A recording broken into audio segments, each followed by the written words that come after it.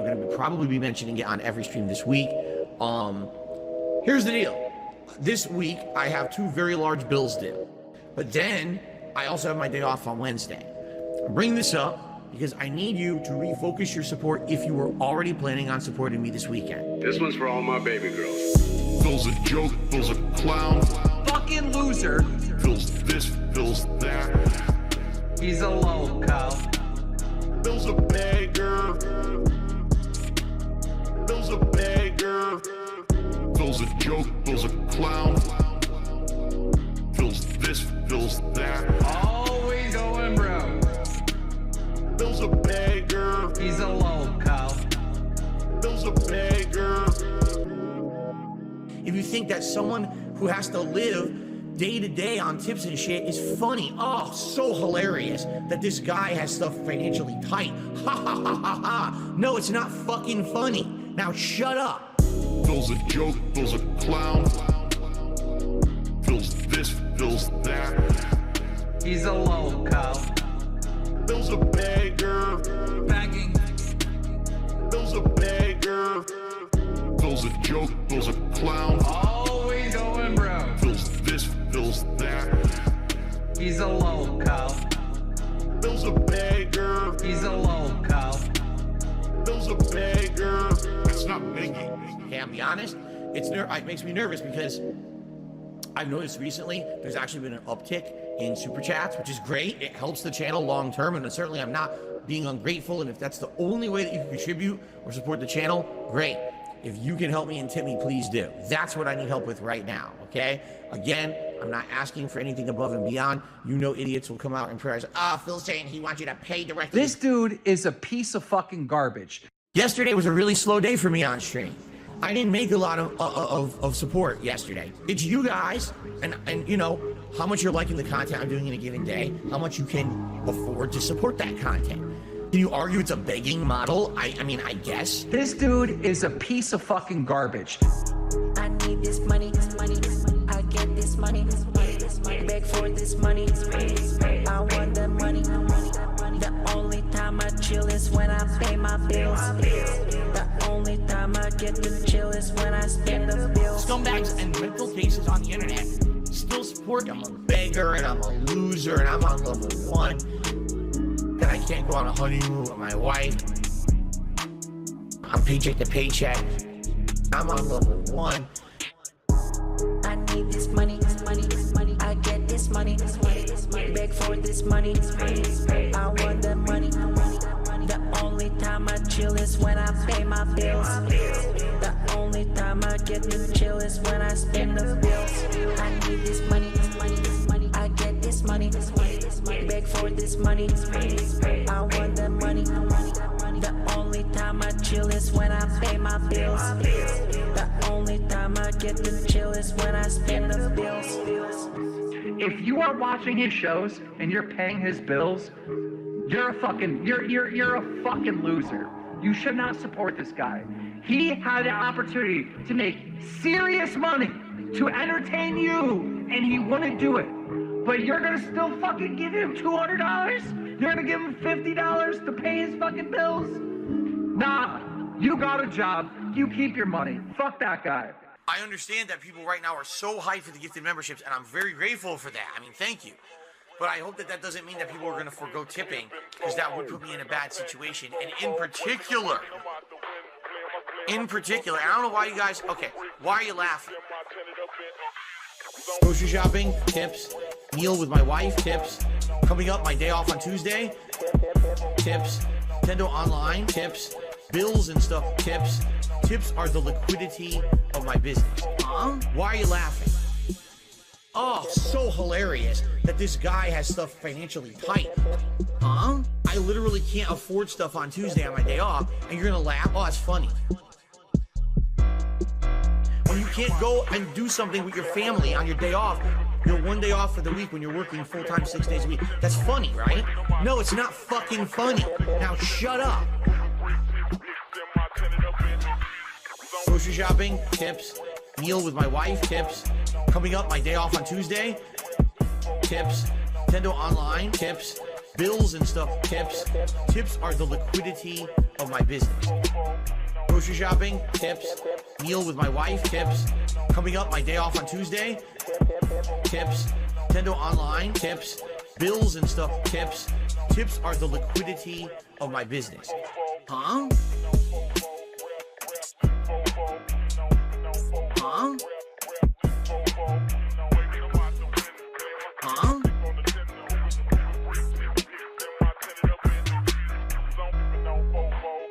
This one's for all my baby girls. Now, what does the sugar do in the sauce? Adds sweetness, adds a contrast. If you don't, it's all going to be tartness, and you won't have any It's kind going to of be sweetness acidity to from the sauce. tomatoes. Right, you'll have And then tart, spice. tart and its acid and nothing else. All right. So now we got to stir all that in, and then we add our final ingredients, and then the meat. This one's for all my baby girls. Italian wife. Italian wife. Italian bills. Italian dark side flip. Italian wife. Italian wife. Italian chill. Italian can't give her pill. I'm half kind of European mix. European style, Asian fusion style tips. Greasy hair. Pasta once a week. The authentic style, Asian fusion style, Italian. Guess what else we're going to add? What? Sausage. Italian sausage. That's going to go in here too. I love sausage. I have had many varieties. Italian wife. Italian wife. Italian bills. Italian dark side flip. Italian wife. Italian wife. Italian chill. Italian can't give her pill. Why do you pretend to be Italian? I don't. I'm not full-blooded Italian. That'd be ridiculous for me to claim. I am a quarter Italian. I am 1/4 Polish, and then I'm half kind of European mix.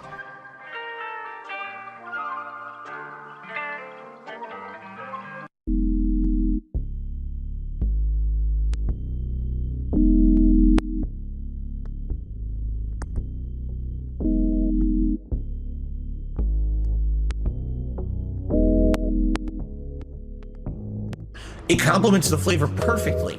And it's so weird because it's nothing like any other cuisine. It really isn't. I can't even tell you another cuisine that tastes like that. But it's so good. And what I like about Mediterranean food is usually when you get it, you get such a good variety of stuff. Like I got, so it came with hummus and pitas. You dip the pitas in the hummus, and that was delicious. Robust, insanely flavorful chicken. It's not dry. It's freaking robust. Give me this dipping sauce, garlic infused dipping sauce. Robust. I will tell you guys is thus. Robust. Robust. They came with their rice, which is the seasoned rice. That tastes again. It tastes kind of different from other cultures' rices. It has peas and carrots, but it's also got this unique seasoning in it that's really good. And then also a side salad, which was like lettuce, tomato, onion, robust, insanely flavorful chicken. It's not dry. It's freaking robust. Give me this dipping sauce, garlic infused dipping sauce. Robust. I will tell you guys is thus. Robust. Robust. Robust.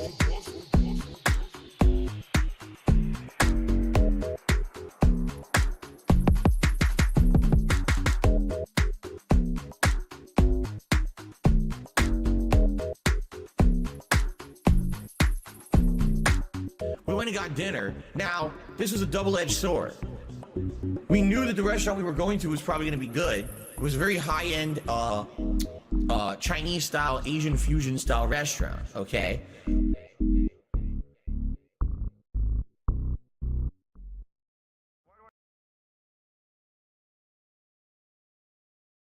Okay dokie guys, hello everyone. Thank you very much for joining me on this DSP Bingo. Couple of things to go through. I think first of all, want to give a wee shout out to Dashi, because he was like a top tier yesterday for trying to organise things. This is the thing, I didn't really communicate or try and plan anything in terms of the bingo yesterday, and I kind of just decided on the fly to get to that being said, guys. to like pick the card for me, you know, right then and there. But I came along to the bingo right after that when tried to get everything set up, and Dashy saying we got a card ready. I was like, I genuinely didn't know, but I said to Dashy we'll use that card today because he put in the work yesterday. You know what I mean? Big shout out to Dashy for putting in the effort for trying to get everything organised yesterday, and I kind of felt a bit bad as I tried his best to kind of keep the bingo on track, and I kind of just did my own wee thing, you know. So it's like thanks to Dashy's efforts, we're going to be using the things that were recommended yesterday, which was that the word is going to be "what the fuck are you talking about?" Okay, so it's not just a word, obviously it's a phrase, but it's the thing we're using. Apparently everyone in chat agreed to yesterday at a time when I'm deciding. So what the fuck are you talking about? As well as the number for it is going to be 89, I believe. I need to actually check that. Let me check the chat ad of Dashy. Yeah, the number is 89. Okay, yeah, I can see it right there. Okay, cool. So the number is going to be 89. Okay, so but before we pick the bingo card, let me change my source here. A couple of wee things just to randomly go over with you. It's sorry, profit. It's not 69. It's definitely 89. I definitely read it right as 89. So no, profit is not 69. But let me change my wee source. And by the way, if you hear a dog bark in the background, it's because I've got a dog bark in the background. It's just with the dog being annoying. He's been annoying all day, non-stop, man. It's been unreal. But yeah, that's what I'm saying. I guess it's not just obviously. It's like my fiance's here, and obviously her mum's here as well as our wee niece. You know, she's here as well. So there'll be plenty of noise in the background today, and as I try and do this stream and just get on with trying to endure Phil's nonsense. So a busy wee house today, yeah, a wee busy house today for me. But yeah, a couple of wee things first and foremost. I kind of thought I'll just do this wee search here. So above and beyond, I searched earlier on just because people were wondering how long I've added it back to the options or the possibilities, right? But if you do something else like this, if you type in tip, right? So here's a wee thing I thought I'd try yesterday, for yesterday even. So the upload date is technically today, but they're for yesterday's videos, okay? Remove podcast. So how many times do you think Phil said tip yesterday? Let's get a wee rough guess, guys. How many times do you think Phil said the word tip in some capacity yesterday? The results you see before you are not present, I'll say for something different. Dashy, you're not too far off. Actually, you are kind of far off, but yes. Profit, you're actually not far away. Because I knew, according to Pig Go, in all of Phil's videos that he uploaded yesterday, so keep in mind, obviously this is only for the things that he recorded. He will naturally have said tip more than this because obviously the unrecorded segments of his, you know. But there was 67 results just yesterday in his recorded, uploaded videos, which involved the word tip. Now, a couple of these aren't relevant.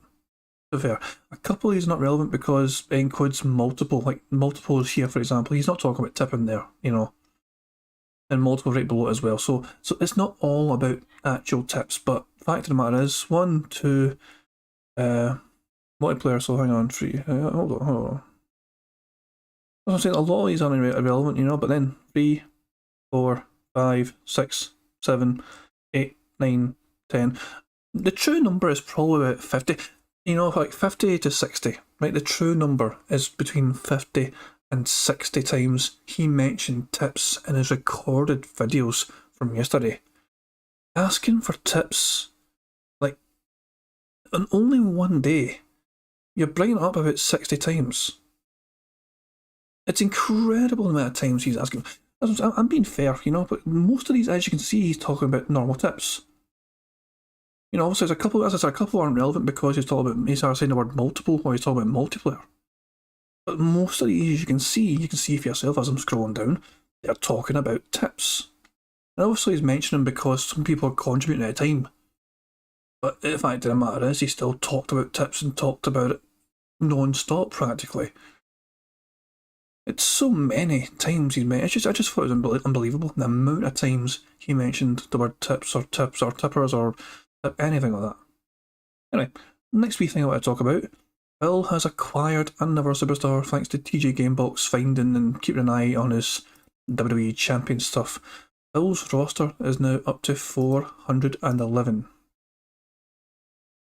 So he was at 409 and he got a free Otis Gunt, whoever the hell that is. I don't even think it's his real name, but whatever. And then he's got one more person. He doesn't know who it is, but he thinks it's going to be Carmella with a mask, some kind of mask look.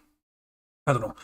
Anyway, bottom line is, Phil's been enjoying the great support he's been getting lately from his fans, especially with tips, and he's put them to good use. Don't worry, guys. The tips have gone to excellent use. I thought I'd share this piece of piece tweet here, you know. Piece of piece used to these kind of monthly breakdown videos. I'm speaking of the devil, piece of pieces in this chat. I hope you're doing well, pal. As I'm saying, like, I do enjoy the kind of the financial breakdowns that Piece of Piece does sometimes. And he does it for these games as well on Twitter, so you can see for sale. The gross tips, $783, averaging $130 a stream. Super chats, not as high, $229, averaging $38 a stream. Total combined gross over $1,000. So streams combined, he's getting over $169 a stream with all that combined.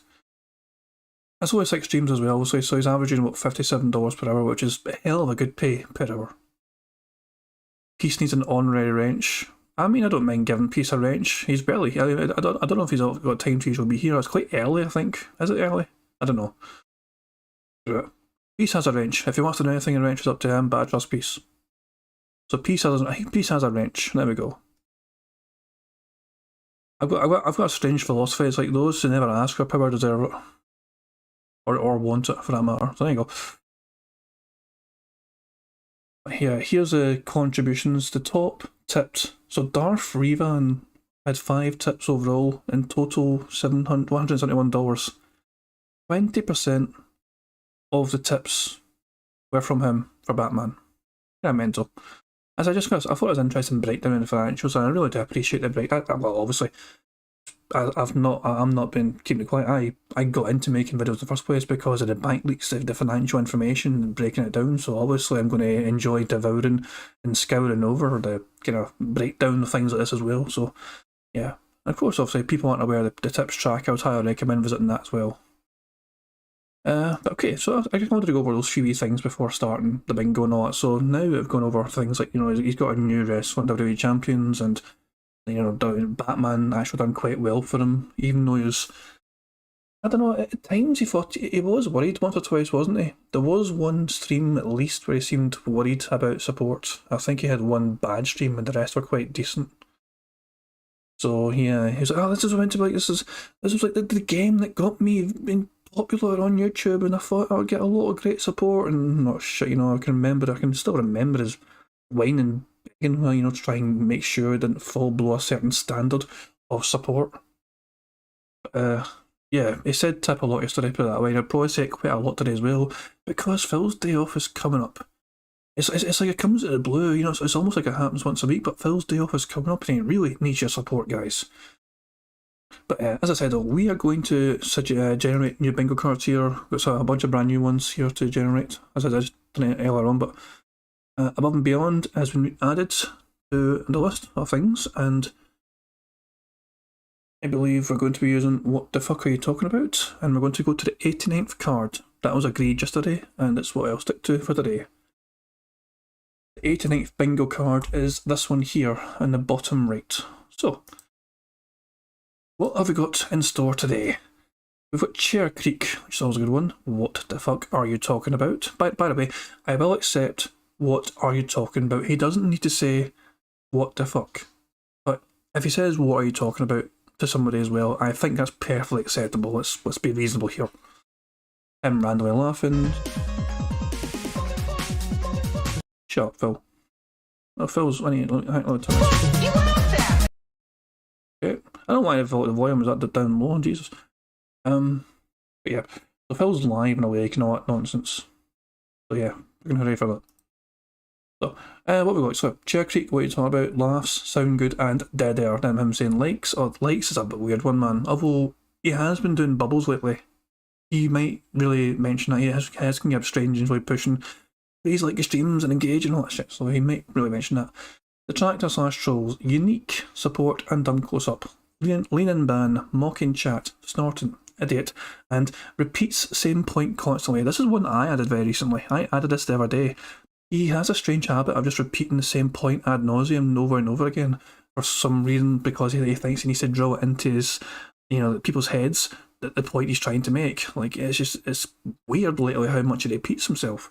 So I think that's a good one to add, and obviously we can agree together when he's talking about specific things, whether he's actually guilty of doing that or not. So yeah, there you go. There you go. Wow, react, excited, tips, and above and beyond. And finally, we've got addition, gift of memberships, family talk, here's a deal, and thumbs up. So quite a lot of phrases. There's not a huge amount of like action. I guess it's a reasonable amount of action stuff. 1, 2, 3. Well, it's like, yeah, okay, it's a reasonable amount of actiony stuff. But I'm quite happy with his bingo card. This is a very strong looking bingo card. Now let me save it before I lose it, because I'm very bad for that.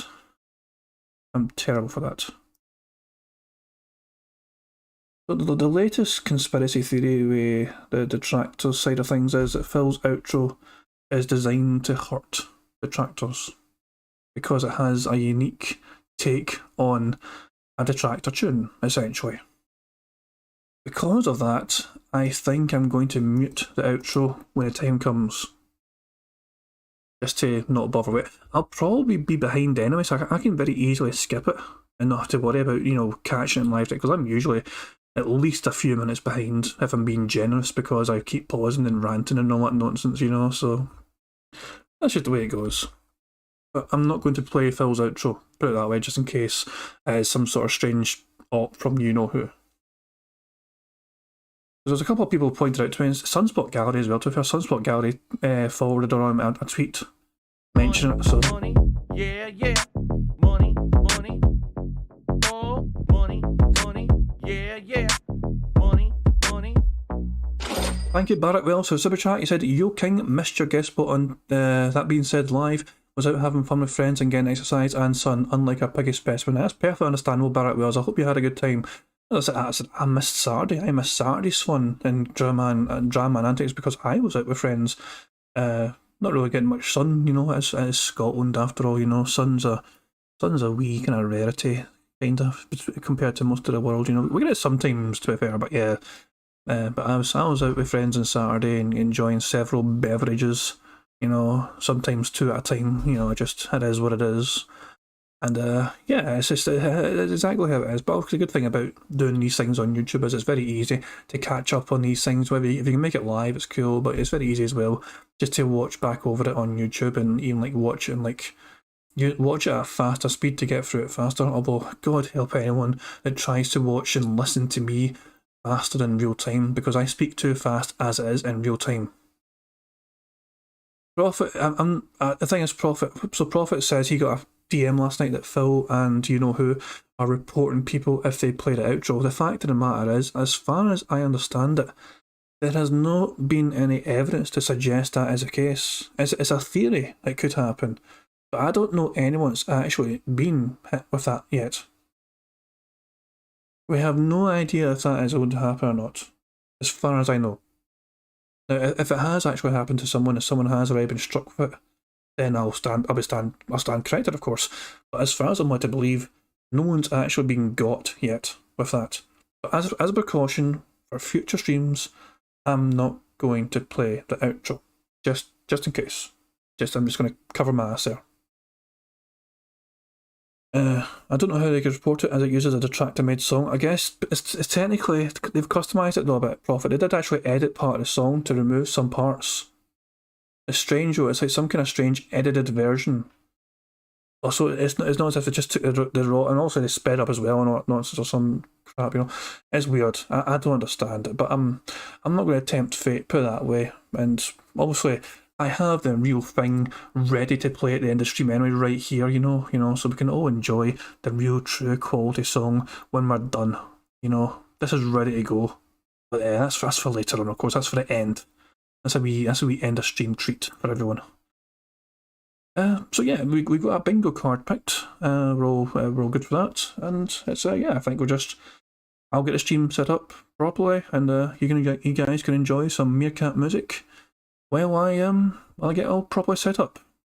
I guess the song that's about to play right now is you're about to enjoy some Squeezed Banana, followed by Fun, followed by Bills, and then Band. Lean Manual. So this is one of those kind of Meerkat videos where it has like 4 songs back to back in one video. It's like the full EP kind of videos, you know, but some quality bangers about to come up. So you guys enjoy that, and I'll get the bingo properly set up. And thanks again for especially to Dashi. Thank you yesterday. the efforts in trying to keep the bingo stuff on track. And also it didn't work yesterday because I already had a card from that being said, guys. But we're using it today and it looks good today. This looks like a very good card. So it could be one of those Dashy specials where we're going to get extremely close or maybe all the way for a full house. Someone suggested calling it a fill house. Instead of a full house, a fill house, if it happens. It kinda fits a wee bit. Kinda fits. I'd say so, yeah. Whatever. If I get 25 out of 25, I'll be a happy chappy. So yeah, enjoy some music. I'll get set up and I'll talk to you guys properly in a bit once before we begin. Well, before we begin, DSP Get Jobs asking a very oddly specific question. In the United States, people can't go against Superhound if he false flags because he needs a lawyer, but under EU/Scots law, could you just report him to law enforcement? Because YouTube are an American company, I don't think so. I don't understand the legalities of it all either, but because YouTube specifically are an American company, I'm not entirely sure how it would work. And it's not something... I'm really not too clued up on the legalities of it all.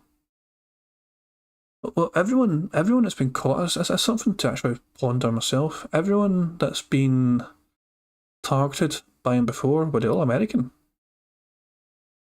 That's something to ponder. Cult of Fate is, I'm pretty sure, American, for example. And I think it's American. Shinko, his Twitter got targeted by a guy. He's American. Have they all been American? Is that just a strange theory that I just came up with that doesn't really make sense, or is there something to it? Is Aquatail Canadian? Okay, so there you go then. Theory's dead. Aquatail is a Canadian like me. Okay, fair enough. Okay, it doesn't really. There's no real consensus, and they're basically targeting anyone that they feel like. So it's not as if they're just going after Americans only, specifically because of some weird law and loophole thing or whatever. My understanding is that YouTube are an American company, so American laws apply because of that, kinda, for things like that. Anyway, digital stuff, it is kind of, yeah, I don't know. You're surprised that we're not going crazy about him showing his phone yesterday? Well, I paused the stream and said, guys, look, he's risking his family's safety. He's showing his phone, but other than that, it's like fucking whatever. Cobain, how you doing, pal? I hope your dad's doing well, Cobain. Hope he's okay. I was kind of wondering there the other day. So I forgot to ask the other day because it slipped my mind because I was so busy. So I do hope your father's doing well, Cobain. But yeah, but the phone stuff was great. Obviously, I've seen a lot of memes myself. People kind of edited the phone to show everything from WWE champions to Hulk Hogan to Liana, and even old pictures of Kat. It's pretty damn funny. But yeah, a lot of people have had fun with that. Oh, I got Reese from hospital on Friday coming. That's great. Okay, right. I'm going to let you guys enjoy music before Phil properly starts because we want to get some of these songs going before Phil begins. I'm not a children's entertainer because I'm not a Muppet. I'm not here to play a character. I'm not here to pretend that I'm something that I'm not. I don't dye my hair. I don't act stupidly constantly to get attention from children. I don't do stupid pranks. You know what I mean? I don't cause drama. I'm here just to play games and have fun. I'm a legitimate gamer. Big ups to your dad. I need banana, tasty banana. Put banana in my mouth, tasty banana. I need banana, tasty banana. Please the peel it comes in there. Put banana in my mouth, squeeze banana. Put banana in my mouth, squeeze banana. Put banana in my mouth. Act and talk a certain way with certain mannerisms, certain over-the-top reactions, screaming at the top of their lungs, jumping, flailing, doing weird things, constantly on camera. I need banana, tasty banana. Put banana in my mouth, tasty banana. I need banana, tasty banana. Please the peel it comes in there. Put banana in my mouth, squeeze banana. Put banana in my mouth, squeeze banana. Put banana in my mouth. I need banana, tasty banana. Put banana in my mouth, tasty banana. I need banana, tasty banana. Please the peel it comes in there. Put banana in my mouth.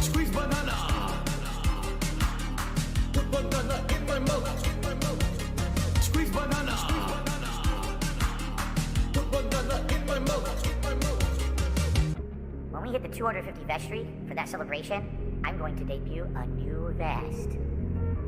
There we go. Celebratory bubble blow. Very nice. There's bubbles everywhere. There's bubbles all over my PlayStation 4 controller. There's bubbles on my microphone stand. There's bubbles everywhere tonight. It's out of control. Like exploding in the stream chat. People who, oh, they pretend like they support me. They pretend like they're positive, and they're not. They're shitheads.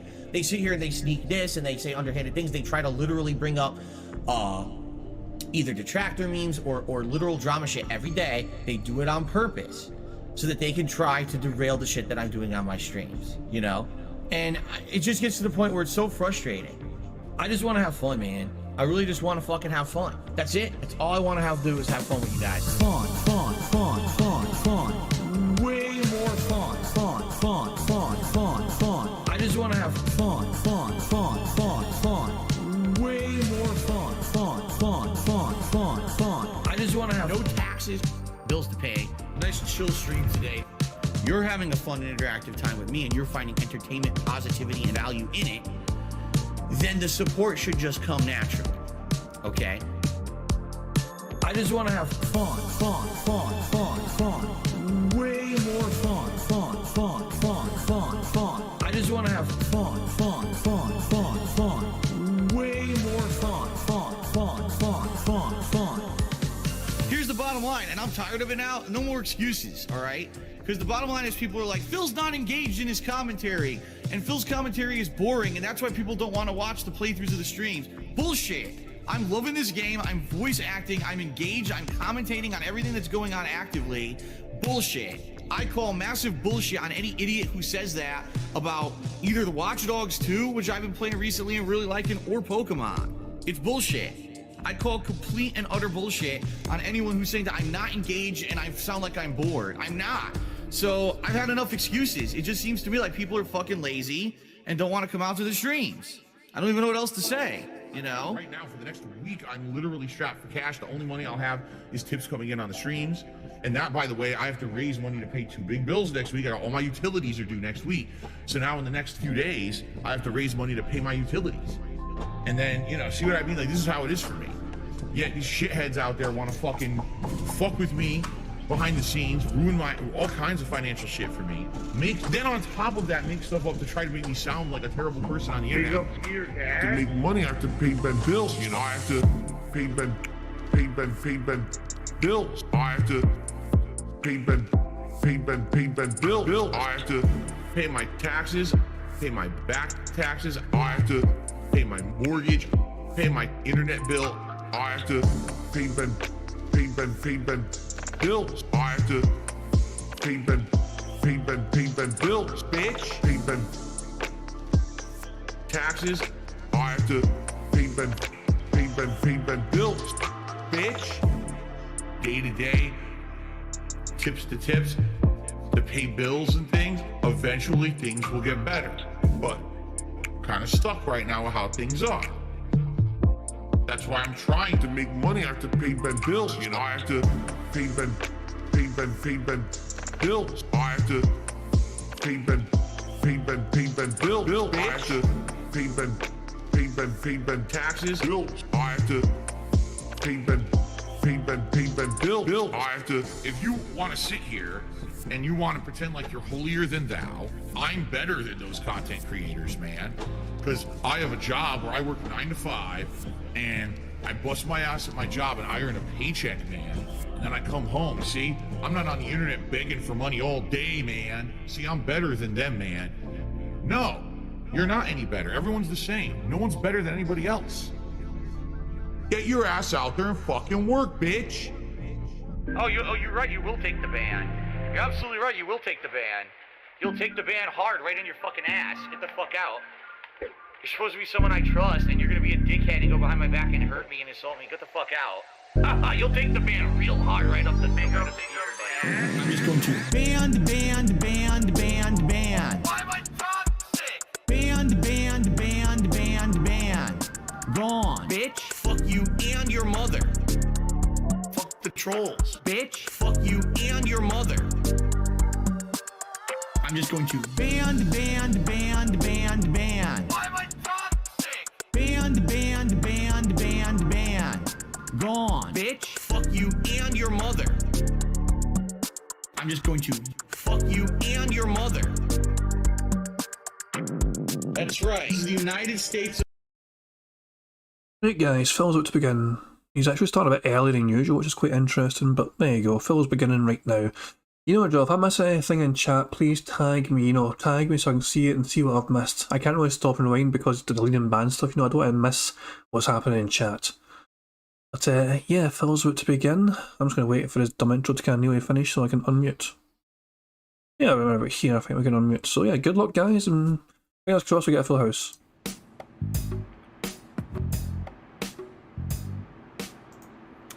Good morning, everyone. Hello.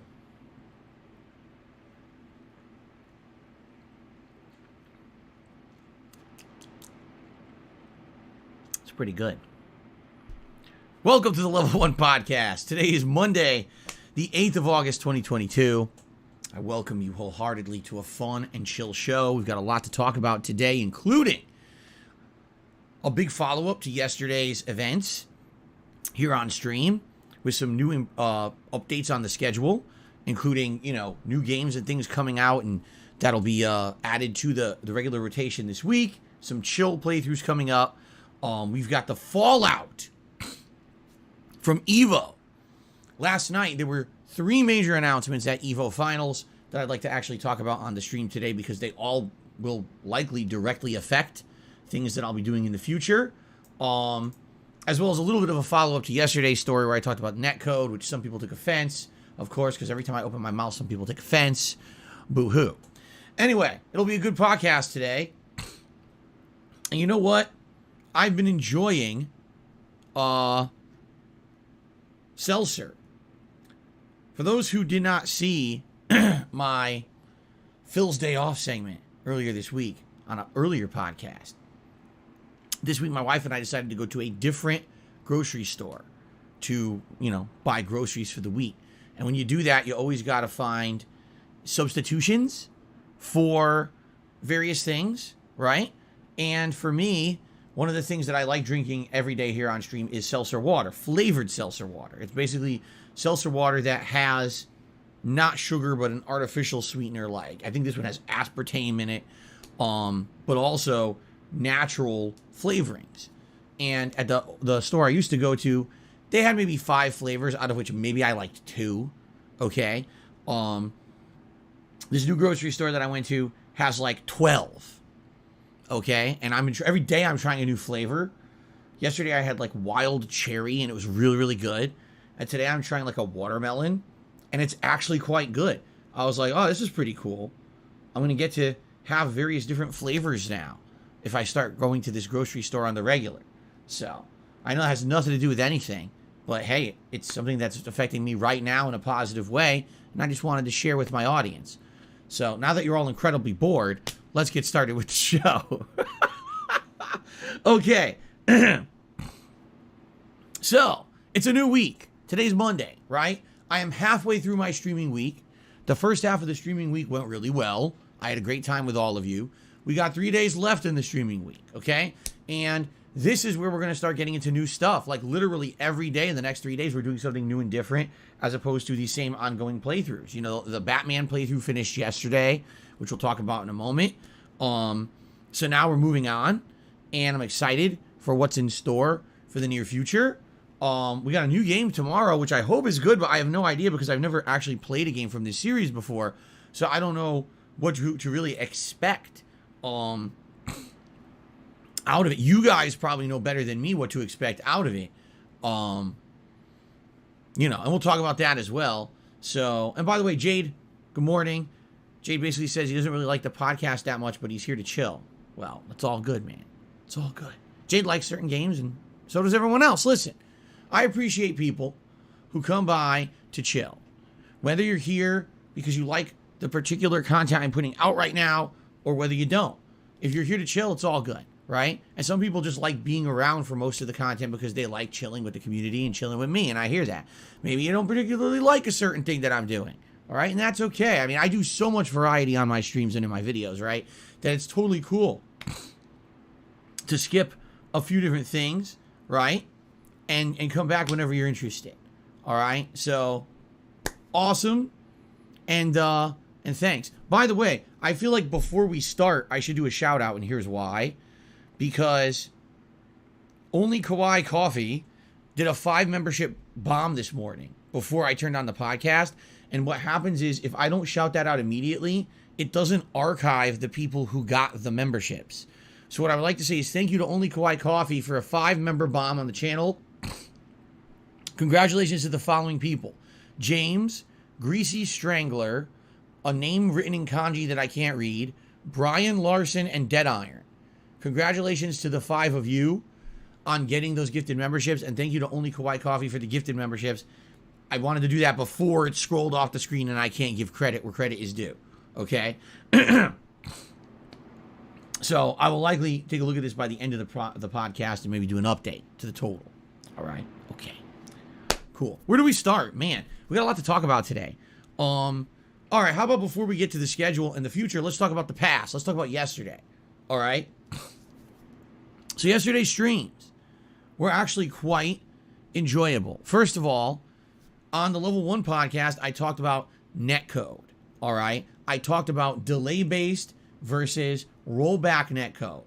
How pretty much the entirety of the fighting game community seems to be in this very mindless consensus that rollback netcode is the solution to everyone's problems of playing games online. And if a fighting game doesn't have rollback netcode, it's trash. But if it has rollback netcode, it's perfect.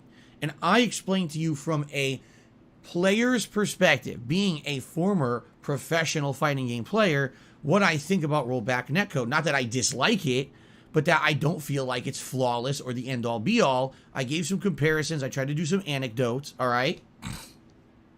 Some people took offense. So allow me to reiterate a few things or elaborate a few things. No, I don't believe that everyone who's pushing for rollback netcode is a shill or a sellout. There may be a few of them, all right? But I'm not saying everyone is. What I'm saying is there just seems to be this mindless belief system in the fighting game community that rollback netcode is the best. And then you have a few people who are like authorities in the community who come out with these technical videos explaining this data here and this data here. The vast majority of people in the FGC don't understand that.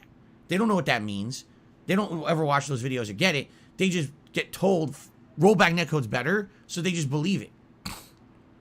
The point of me talking about this on the podcast yesterday was not to try to expose some conspiracy about rollback netcode. It was to try to explain in layman's terms the difference between the old school delay-based netcode and the more modernized rollback netcode, but still explain that rollback netcode is not perfect, because there is this misconception at the FGC that rollback netcode is flawlessly perfect, the best we can get, it should be in everything.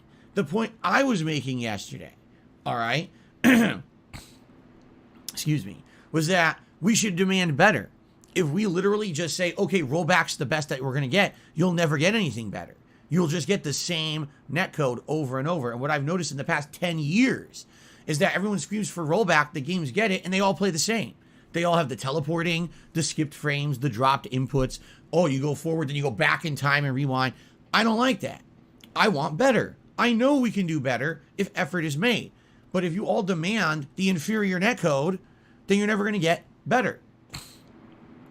And that's what I mean. Like at EVO this year, oh my God, it's announced that Dragon Ball FighterZ finally has rollback netcode. And people are going crazy. They're flipping out. It's like, so it has the standard netcode that everyone uses now. Why are we freaking out about this?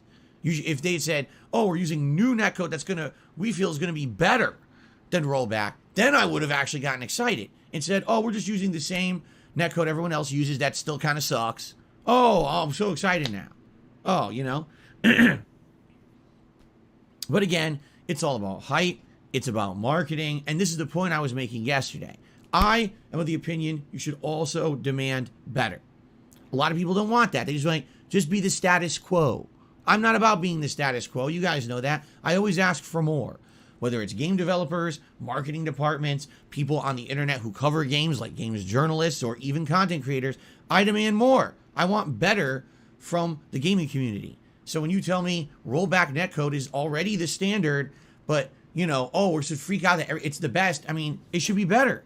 Take a look at my experiences with it firsthand, the documented evidence that it's not very good, but everyone says it's so good. No, it's not. I want more.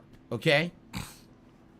So please understand that. Listen, I know I'm not going to appease everyone. There's going to be people who are always upset that I'm the one who rages against the machine and says the things that's completely different from the mainstream, right? Just because I speak my mind and I'm trying to give you my opinion. I don't think rollbacks are great. I think it's good. It's not great. If you have an ideal state where the connections are really, really good, then it's perfect. But you'll never get that. And you always are going to have an issue with teleporting, dropped inputs. And I'm sorry, but maybe I would prefer to play in slow motion, knowing it's a laggy connection, than a game that just teleports and skips around all over the place and drops half my moves. I don't see the betterment one way or the other. They both suck. Okay? All right. I got that out of the way. I don't need to talk about it anymore. All right? Now, then we played Batman Arkham Asylum and finished it. And it was great. The stream essentially was just long enough for what we needed to do. We had the Poison Ivy boss fight, got the rest of the Riddler trophies, finished off the game with the epic finale against the Joker, and even had a tiny bit of time to check out the challenge maps, which was pretty fun. And I had a good time with that, and I just want to say to everyone who attended that throwback playthrough, you know, a game 13 years ago that got me into covering games at launch, playing them in their entirety, you know, and getting so into, wow, I want to be there for the hype AAA mainstream games and, you know, be a person who shares those gameplay experiences with the internet. It was the first time I took time off of work to cover a game like that in person, at launch and everything. It was really special 13 years ago, and being able to play it again, you know, 13 years later and share those experiences. So many people said, man, I was so young when Phil played Batman Arkham Asylum, and I watched him play it back then, and there's such a cool feeling of retro connection. 13 years later, coming full circle and seeing him be able to play it now with a live audience, with live streaming, direct capture, face cam, all the things he didn't do back then. It's really neat. So I loved the playthrough. I hope you guys did too. All right, Jade, I understand what you were saying. I misunderstood what you said earlier. He basically says he likes the podcast. He doesn't like Final Fantasy VII. Gotcha. Okay. All right. Then last night, this was fun. Was it surprising? I don't know if it was surprising for me. I think it was surprising for a bunch of people. Last night, we tried out Bassmaster Fishing 2022. And people didn't know how it was going to go. A lot of people were very skeptical. They're like, fishing? How could fishing be an entertaining experience? I don't see how it could be. I really do. You know, a lot of people were very skeptical that it was going to be anything worth anyone's time. Some people just tuned in for curiosity purposes. Let me tell you. Here's what happened, okay? It was very reminiscent of a real fishing experience, okay? So you go out to the lake fully prepared, all your supplies ready to go, all right? You drive out to your fishing spot and you cast. And you reel it in, you wait, you reel it in, you wait. The first half hour was just me talking with my audience as I got used to the controls of the game. That's all it was. Then finally, after about 30 minutes, I started getting bites from fish. They were like near misses, trying to bite. Oh my God, so close, but they weren't biting. And everyone's like, wow, this is going to be like the most boring, absolutely boring playthrough you'll ever do. Because there's nothing going on. It would be one thing if you had fish biting or whatever, but then other people were like, but you don't understand. This is actually realistic. Unlike other fishing games that you would play, like in Minecraft, you get a bite every 10 seconds. In Animal Crossing, right? Whatever game you do that has this fishing element in it, it's a mini game. It's not meant to be the focus of the game. It's not realistic. In real life, you don't just cast and within a minute you get a bite. It's ridiculous. Everyone knows if you go fishing for real, it's a test of patience and also skill. But a lot of times, it's luck. It's a lot of combination of factors, okay? So, for the first hour yesterday, okay, that I played Bassmaster, I didn't get any fish. But we had fun, we talked, we had fun discussion, you know. And by the end of that first hour, people were starting to get bored. And then all of a sudden it happened. Boom. I get my first major bite, and it was a fighter. And I reel it in, I pull it in, and boom, I got a bass. And people were excited now, like, wow, it took an hour, but will it really, realistically, will it always take that long? So then I started moving my boat around a little bit. All of a sudden, the second hour, I'm getting more bites. And now it's fun because we're talking, but now what's happening is I'm getting bites and they're interrupting the conversation. So I'm like, oh shit, I gotta pay attention to the game again. So I'm getting torn between interacting with the audience and catching the fish. It's like, you know? Then after about an hour and a half, we decided, why don't you go to a different location rather than this lake? So I went to a river location and I started driving around the river. I'm getting bites like crazy. Now, admittedly, in the river, the fish were much smaller. I was catching these little fish as opposed to the giant bass, but still, it got a lot more exciting. And so, again, this is much like a real fishing trip. Sometimes when you go fishing, you'll spend the entire day fishing and get nothing. Nothing. Some days, you'll go out and you'll get nothing for an extended period of time, and then all of a sudden, out of nowhere, boom, you get a bite, and it's a big lunker, and you don't care about the rest of your day because you got the big fish. Other times you'll get a bite, and then all of a sudden it's nonstop bites after that.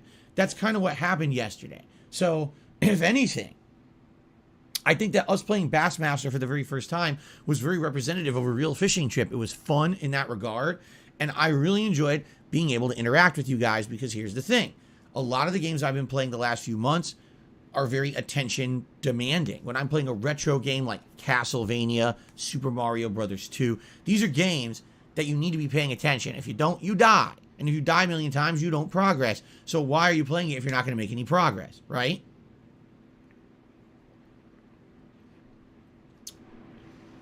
Now, overall, people enjoyed it. By the end of the stream, I had my fisherman's hat on. We were having a great time, and people were like, wow, actually, this was fun. We'd like to do it again. And I said, well, if you guys liked it, all right, let's not go crazy yet. But what I would like to do is maybe trying to do it like once a week, okay, on Sunday nights. And maybe we could do an ongoing thing, much like right now we do Friday night fights with fighting games on Friday night, old school, right? Maybe we could do, you know, fishing on Sunday nights. And I'll like, you know, let's come up with a name for it or whatever. And as I'm going offline, in the stream chat, JJNS says, what about Sunday night bites? I was like, wait a minute. So we can have Friday night fights and Sunday night bites. Sounds good to me. Sounds fun. It's catchy, right? So, cool. And of course, the full credit goes to JJNS. He thought that up, not me. Or she, excuse me, because I don't know the gender. My bad. Oh boy. They thought that up, not me. Excuse me. Excuse me. I made a mistake. Okay. So, they thought that up. And, you know, that's cool. Now, here's the thing. We had a great time with it last night. It was fun and chill. If this continues, then it could be a regular thing. And some people had ideas. They were like, Phil, so you have your fisherman's hat. And every time that you do Sunday night bites, if you hit the tips goal, you should put on your fisherman's hat. And then we hit the full tips goal of 150. We could wear a vest that kind of matches it so it looks like you're a full angler. And then why don't you start buying fishing lures and hooks to add to your fisherman's hat so it looks realistic? And maybe once a week, if you hit the goal, you add a lure to your hat. And I was like, whoa, whoa, whoa, whoa, whoa. That actually is cool. I like that idea. But let's not get ahead of ourselves. I played it once, all right? Let's see what happens next week. Next week, let's try it again on Sunday night. Let's see if it ends up being entertaining and fun. If you guys like it, and this becomes a regular weekly chill thing, I'm down for silly stuff like that. But let's not go crazy. Kevin says it'll cause damage to the hat. Actually, Kevin, it won't, because here's why.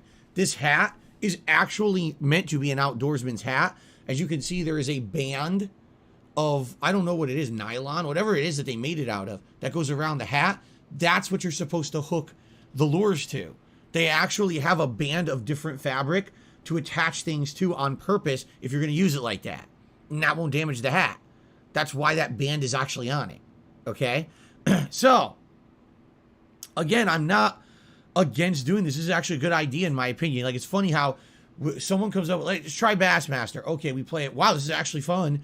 Now here's a million ideas. Like, holy shit, you guys are very creative. And I appreciate that. I really like, these are good ideas. So next week, Sunday night, all right, we'll do another session of Sunday Night Bites. We'll see how it goes.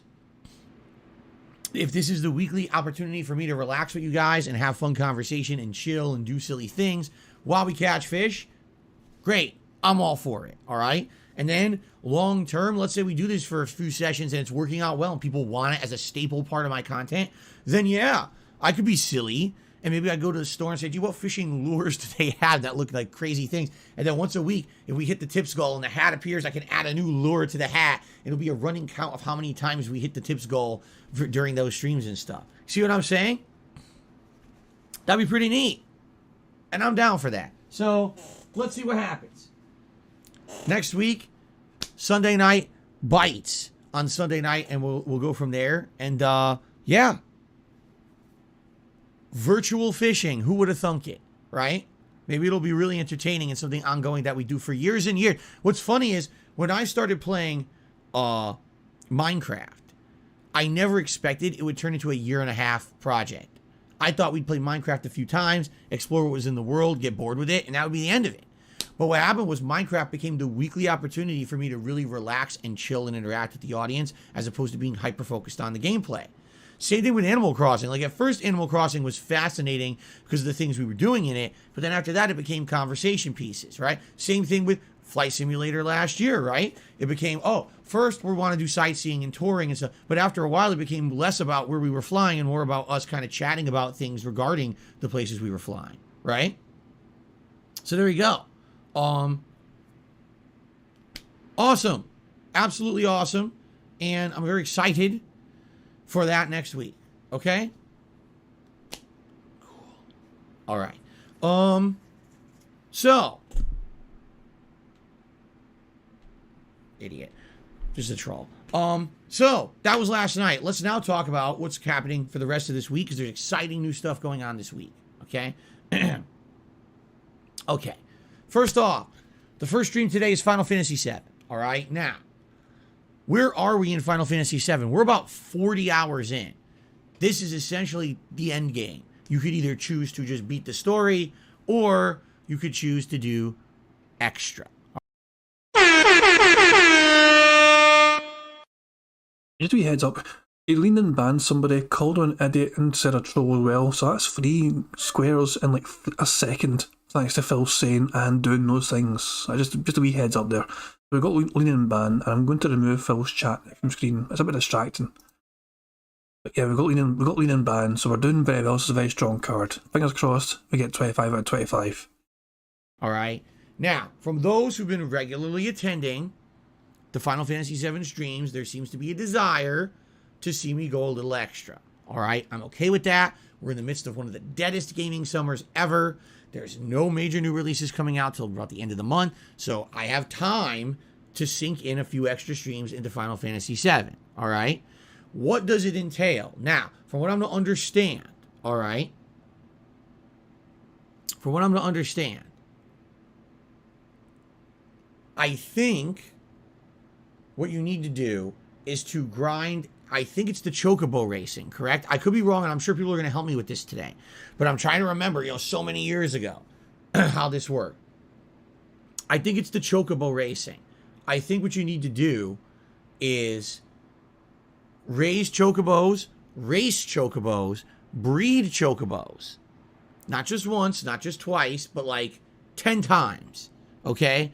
And once you go through several generations of Chocobo racing, earning various rewards, because I think you do actually earn some pretty good rewards just from the racing itself, okay? Then you finally start breeding the rare Chocobos that allow you to traverse the globe and go to places you couldn't go to before. And if I remember, there's 1 to 2 locations where you get rare items, one of which being the best summon materia in the game, Knights of the Round. Don't ask me what the significance of that is. I have no idea because it like never showed up ever again, right? Like Knights of the Round was Final Fantasy VII exclusive, and then after that, it never like was a big deal. It actually hadn't shown up beforehand in any other Final Fantasy game. All right. So, if we're going to do this, there's an understanding that has to happen. All right. Number one, expect this to take several streams. This is not going to be, oh, Phil sits down for one stream and it's done. No, it takes a long time. I particularly remember when I did it. When I played this game on PC and I did this grinding, it took me a long time to do it. And I was like, Jesus Christ, I hope the payoff is good. I mean, the payoff is good, but it's annoying. Okay? Number two, I need buy-in from the viewers. All right? That they're actually going to be not only tuning in, but engaging and supporting. All right? And here's what I mean by that.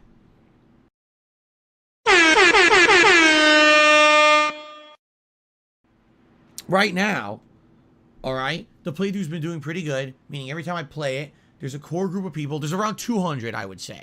Yes, it goes up and down, but on live streams, there's about 200 people who've been very heavily invested in the Final Fantasy VII live streams. On YouTube, a little more, maybe like 400 or 500 people watching each video, and I'm sure that'll grow over time, but it's definitely not the most mainstream playthrough I've ever done, quite the opposite. And I kind of expected that. I really did. I didn't think playing classic Final Fantasy VII was going to bring in the numbers or anything like that, all right? But for the people who have been attending these streams, they've been engaged, meaning they're talking with me, they're helping me through the game, you know, talking about the lore, helping me to understand the story that I kind of got really confused about in the past. But in addition, they basically helped me to do things that I didn't understand, like this optional content.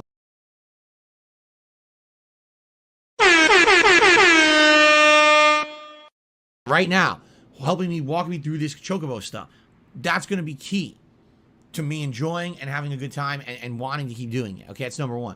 But also, engagement and support. I got to emphasize this. Recently, I've noticed a major drop-off in people liking videos, people leaving comments on videos, people liking streams, and yes, supporting the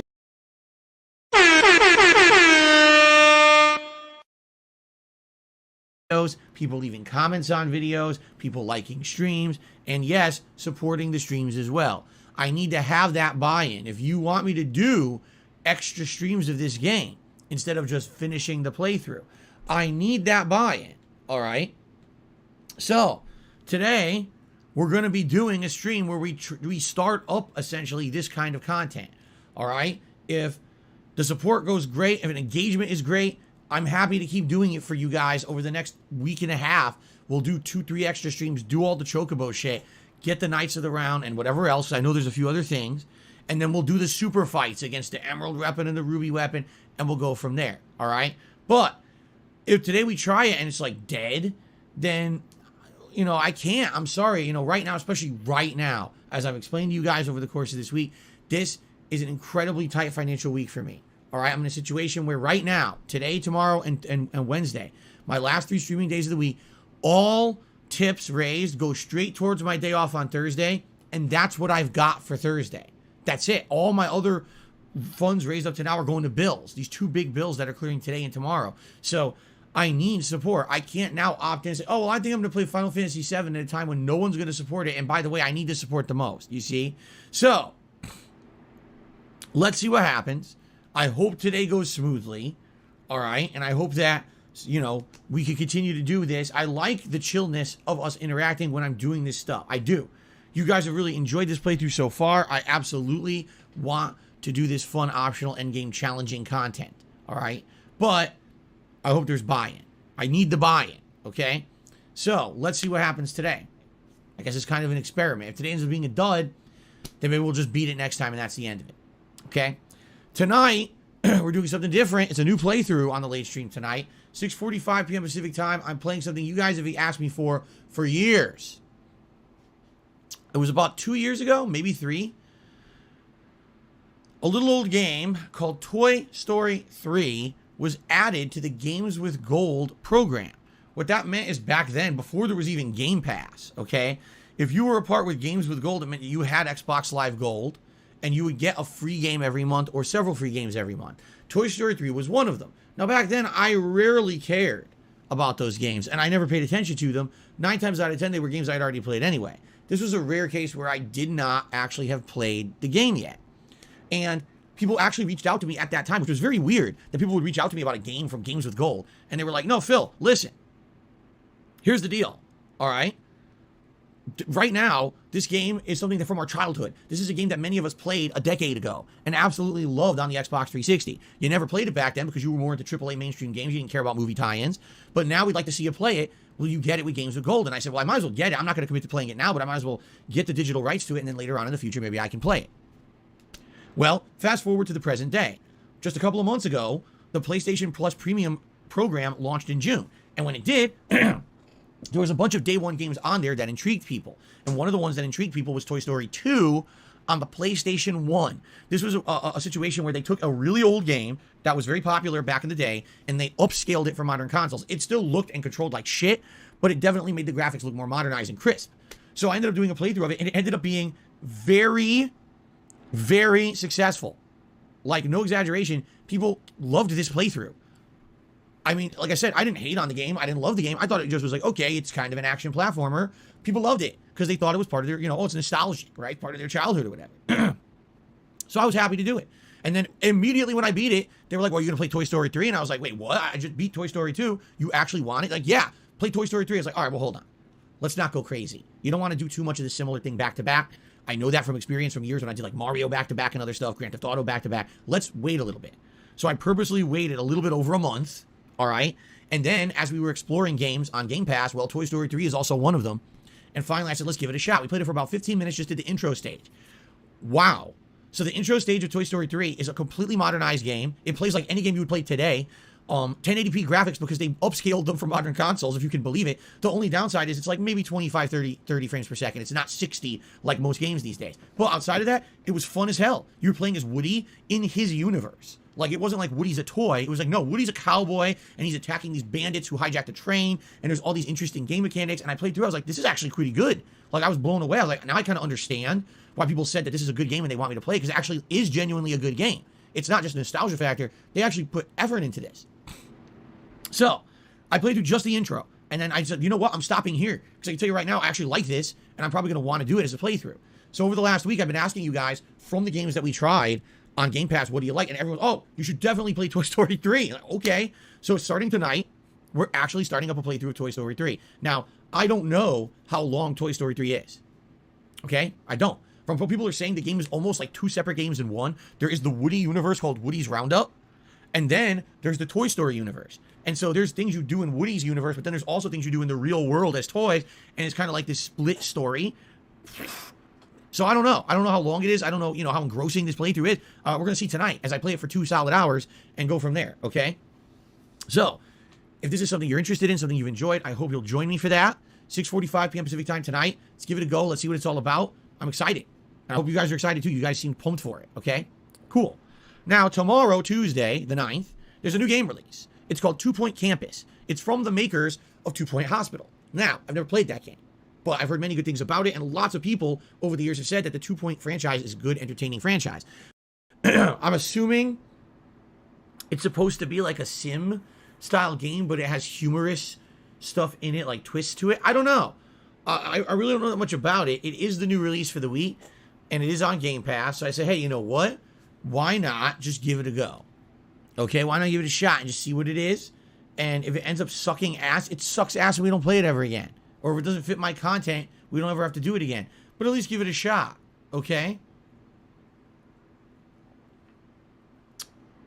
So let's try it tomorrow. Let's see what it's like. And if we like it, great, keep playing it. If not, no risk, right? No risk, only reward possible. Okay, cool. That's tomorrow. Tomorrow night, Multiverses. That's right, more Multiverses fun, my second stream of it for the week. Likely, I will try to balance out the characters I play with. Maybe I'll go back and try Batman again. I actually like Garnet, so maybe her. Maybe back to Finn again. I think I did a lot of Bugs Bunny last time, so probably I want to stay away from Bugs this time. And I'm hoping I'll get enough in-game currency to maybe even unlock another character. I think I have like just over 1,000 now. So if I really focus in and get a bunch of wins, maybe I'll get like 1,500. Maybe I can unlock another character. All right. And again, I have to urge, please, guys, if you want variety in my content, which everyone claims they want, they say, stop just doing old school fighters. Please support Multiverses. Right now, Multiverses is the big hot new fighting game. It had the biggest prize pool at EVO, had ginormous views and participation at EVO. Everyone's excited for this game. The future is bright. It seems, here's the thing. This is actually something that I saw posted on social media that I actually have to agree with. Someone said something on Twitter last night that resonated with me. They said, I think what people need to do is stop saying things like, what's the Smash killer or the Smash replacement? Smash Brothers will always have a place in competitive fighting games. But you have to understand it will not always just be the only platform style fighter. There will be competition and there will be multiple games of this type. Much like there's Street Fighter, but there's also King of Fighters, right? There's Tekken, but there's also Virtua Fighter and Dead or Alive. So there's always going to be other games that are going to compete directly. They may not be as big or as popular, but they're going to exist. It's time to stop acting like just because Multiverses plays similar to Smash, that it's not good or it's inferior or it's a clone. Bullshit. Other games can exist in the same style and they could coexist, and that's fine. Especially because the Smash Brothers rolling out of new content is over. There's no more new characters for the game. There's no more roadmap for new content. That game is essentially done. Now, it'll continue to be played competitively, and that's fine, but people want something that has new content, and that's what Multiverses is. In particular, I'm more interested in Multiverses than I ever was in Smash. I like the character selection. I like where the game is going right now. So, again, if you're someone who's wanted me to play other stuff, okay, please support this. I can't believe I still have to say this a week and a half, 2 weeks into the launch of the game. I like Multiverses. I want to keep playing it. It's something I'm enjoying, learning, and getting better at. And I would hope that you guys would be along with me for that journey and support it. Sadly, a lot of people are not. They just want to shit on the game and say it's a Smash knockoff. Well, fuck off. Really. Grow up. Stop thinking that Smash is the end-all, be-all of one genre of game and there can't be another game to compete with it. I'm definitely counting that as mocking chat. That's got to be mocking chat. You told me to fuck off. How the hell can I not be mocking chat? I mean, we'll listen to the rest of it. We'll rewind and listen to the rest of it, okay? Oops, I'm doing the wrong thing. 6 seconds. Knockoff. Well, fuck off. Really. Grow up. Stop thinking that Smash is the end-all, be-all of one genre of game and there can't be another game to compete with it. No one is talking about Smash right now. It wasn't at EVO. It has its own circuit of tournaments that's its own little community. No one is talking about that right now. Right now, it's all about Multiverses. So either accept that or move on. What else can I say? Stop hating on a new game. I just have to reiterate a point. This is the same dude that refuses to move on from Street Fighter 2. He refuses to move on beyond that. I mean, is it not exactly the same damn thing? He refuses to move on from Street Fighter 2 and instead he goes back to it all the damn time. Why can he do that and not be like, is everyone happy that I ticked mock chat? He basically just told people to fuck off, for complaining about him playing Multiverses because, well, it's not necessarily about the complaints. He just wants it to be better supported. He just wants the tips to be better. People are happy that mock chat's been ticked, okay. Well, okay, no worries.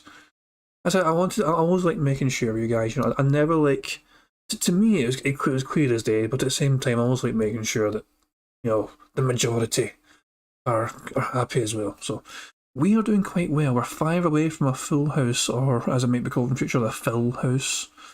But this has been quite a strong card. Dashi had done quite well, as usual, with the cards. Dashi usually delivers on the good cards. Even though it was like, as far as I understand, it was like he had help from the chat yesterday to pick the card, but at the same time, when Dashi's in charge, things tend to go well. Okay. So anyway, that's tomorrow night, okay? And then Wednesday is up in the air. And what I mean by that is on Wednesday, if we liked 2 Point Campus and we want to do a second session of it this week, we could do it on Wednesday. Or maybe we want to go back to Final Fantasy VII and this endgame optional grind again. We could do that on Wednesday instead. All right? Wednesday night, I am going to do a second session of Toy Story 3. Okay? So that is what we're doing for the rest of this week. I'm off on Thursday. Okay?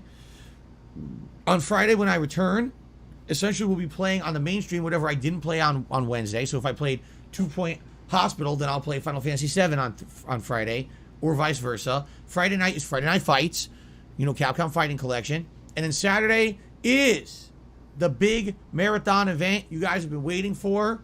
It is DSP's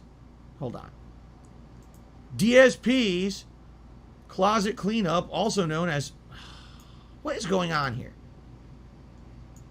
There we go. DSP's Closet Cleanup, also known as What's in DSP's Closet, Part 2. The Revenge.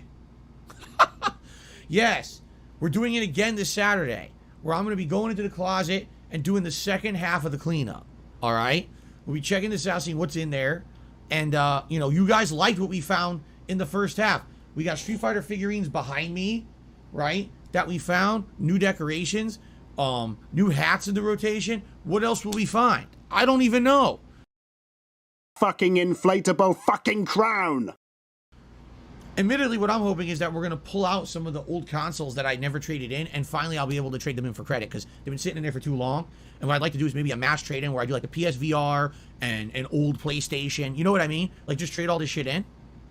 The one bummer is, I think in order to do that, I have to factory reset them, right? Ugh. That's going to be a pain. I have to find like a power adapter, plug it in, and you try to figure out how to factory reset those consoles. But anyway, getting some credit, maybe I can actually get, you know, some good stuff out of it, you know, some credit out of it. I guess we'll see. But anyway, outside of that, I know there's more stuff in there. There's more collectibles. There's going to be more stuff to go through. Probably some classic games. I mean, we found the classic game consoles, right? We found the NES, and we found the whole Genesis, Sega CD, 32X combo. So it stands to reason that there's some games in there, too, that we can look through, right? Also, and we need to start talking about this now. My stupid auto brightness correct is going crazy again. Hold on a second. It pisses me off. Well, here's the problem. During the daytime, I don't need the auto brightness correcting at all. There. I turned to auto white balance is what it's called. I don't need that during the daytime, okay? I just don't. It doesn't need to be on. But then at night, I need it. Because at night, the lighting changes. So if it would just stay like this all day, it would be perfect. So hopefully it stays just like it is right now. It looks good, right? Okay. All right. So, what was I saying? 'Cause I got distracted. Oh, during the event on Saturday, we're doing something a little different, okay? Instead of doing Feasting with the King, which we've been doing for a year now, we are bringing back, get ready, DSP Tries It. Use the soundboard. I deleted the soundboard yesterday at people's request because nobody thought he would use it anymore because he's not replaced the batteries. And yet, he still uses a soundboard. I'm going to have to re-add a soundboard to the list again. Yeah, I'm actually bringing back DSP Tries It for the first time in over a year. All right? So what are we doing for DSP Tries It? That was David. That wasn't me, by the way. This is Phil. This is entirely Phil's stream. Like, he has his little image of his closet stream to try and promote it. So Phil is the one that covered up the Pac-Man light himself, which I found funny because he's trying to brag about all the things that are in the background behind him, and he's covered up one complete side of it because he wanted to show off the graphic. But there you go. This is all Phil doing this covering up stuff here. This is not me. That's up to you, all right? If you remember, DSP Tries It is very different from what I do at Feasting with the King. We're not going to be ordering from like a high-level professional restaurant. We're going to be ordering from something fast foody. Something around here, you know, just on this block that I live, there's Dairy Queen, Taco Bell, Wendy's, McDonald's, and KFC. Just here, all right? So, right there, it opens up the possibilities, okay? So, what we need to do is look into this kind of stuff and say, okay, what's available in fast food right now that's maybe something new or interesting that Phil can try for DSP Tries It on Saturday, all right? And what I'd like to do is you guys could look into it and see what's there. I'm looking for something new, okay? If you guys could find something exciting and new for me to try, I'm down for it. Or maybe there's something on the menu that I never tried that's been there for a while, but I just never tried it. Then I would like to try, do something like that, all right? But I'd like you guys to take a look and see what's available and let me know what would interest you. Because it's not just about me, it's about what would interest you. I mean, if there's nothing new, it could be as simple as Phil goes to McDonald's and buys 3 of the popular sandwiches and rates them. The Big Mac, the Quarter Pounder, and the McChicken sandwich. And I compare them because it's been so long since I did anything like this, right? Or it could be something new and exciting if there's something new and exciting, all right? So I don't know. All right, I don't know. Let's see. I'd like to see what you guys come up with in the next few days, all right, and go from there. There's no Chick-fil-A near me. Chick-fil-A is way far away. I wouldn't even want to order delivery from Chick-fil-A. It would probably end up being cold and not very good, okay? I'm basically trying to tell you the stuff that's nearby. Also, I don't even know my wife's work schedule yet. She may be here, she may not. If she's not, then I don't have the car, and I have to order it delivery, as opposed to if I have the car and it's something I just drive and grab it quick and come right back and save money. So I don't know. It all depends. I don't even know what's going on you know, on Saturday. So, but anyway, I need you guys to come up with some ideas. No, sadly, there's no Arby's. There used to be. There used to be an Arby's on this block. They closed down because they violated the health code. An inspector went in on surprise and caught them violating the health code in multiple ways, and they closed them down, if you can believe it. Okay. No In-N-Outs out here. Nope. Sadly, no In-N-Outs. They don't exist out here. Nope. No. How dare you? No. No. Someone just said something. I'm very offended. They just said Subway. Ah! Well, there's your dumb close-up right there. That is a dumb close-up. When you use the old stupid fucking filter and all that shit. We are 4 away. Jesus Christ, man, this fucking face. We're 4 away from a full house, but he seems to be purposefully avoiding the word unique. Some reason, I don't know, maybe he knows it's on the card and he's desperate to try and... But that's not a bingo. That's not a bingo because it's not going down the way, it's not going across the way because it's number one. So it's not a bingo for that. We need to spot it still. We're actually just waiting for him saying specific. It's not an action anymore. We need him to say react. Need him to say above and beyond. Need him to say unique, and need him to say, what the fuck are you talking about? Novachera, what happens with a blackout card? It's actually on the screen. If we get all green, a random chat user can win a £25 gift card. I've put Amazon there by default, but if somebody, the winner, doesn't like Amazon, we can sort something out and I can get something that the person would ever have instead. We get a full house, I reward somebody in chat with a prize. Because obviously you guys have supported me fantastically ever since I've been doing the bingo. People have turned out in numbers now, you know what I mean? So if we get a full house, we'll try and figure out who wins the prize, and I'll deal with that headache if it ever happens. I've tried ideas before, I've tried suggestions. Dashi will tell you, I've tried to think of clever ways to try and pick a winner, and it's kind of hard to think of a good, easy way of doing it fast. You know, maybe there's like a website out there where I can just like put your names in and we'll pick a winner at random. I don't know. I see, yeah. But we'll cross that bridge when we come to it.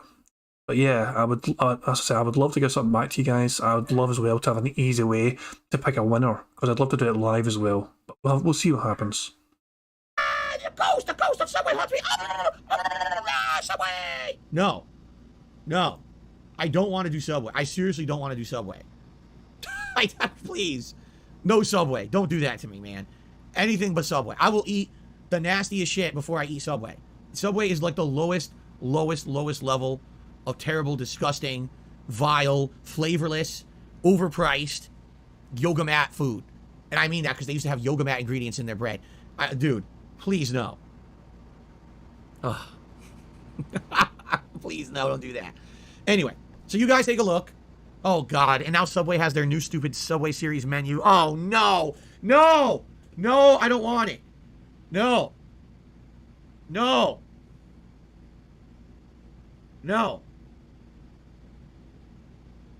See, the thing is, I actually think Subway would be way too expensive, too. Subway's expensive now. It's not like it used to be. Everyone still has it in their mind. Oh, $5 foot long. That hasn't existed in 10 years.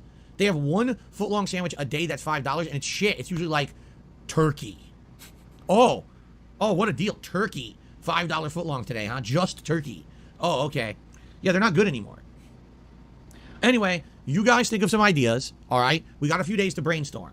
Hopefully by like Wednesday, we'll come up with a solid idea we want to solidify, and then we can figure it out, because I definitely want to see what I can get. And again, it depends on Kat's work schedule, which I have to talk to her about. I don't know where her work schedule is for Saturday. I should actually ask her today and see, are you working Saturday? What's the deal? Okay. So we'll figure it out. And then Saturday, yes, DSP Tries It returns. I'd like to do some kind of a creative spin on DSP Tries It. If there's no brand new product to try, something different, maybe a return product, like return to something I've tried before, see if it's good this time, or comparing products. Like I said, maybe, go to McDonald's and get 3 sandwiches and compare them and see if they're any good compared to how you think they are. You know, something like that. Okay? All right. So Saturday, closet clean out, the revenge marathon, plus a fun DSP Tries It, but I don't know what it's going to be yet. Okay? There you go. And then, you know, we'll talk about the rest of the week soon. I don't want to get too far ahead of myself, but essentially it'll be more Final Fantasy VII, more 2 Point Hospital if you guys like it. I don't know if you're going to like it.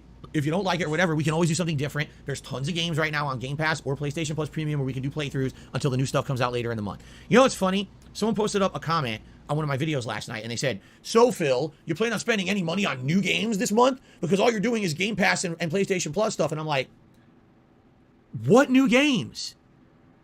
I've talked about the new games that are coming out. They're like fucking Xenoblade Chronicles 3, a 140-hour-long RPG that doesn't fit into my streaming format. I'm sorry the game's 140 hours long.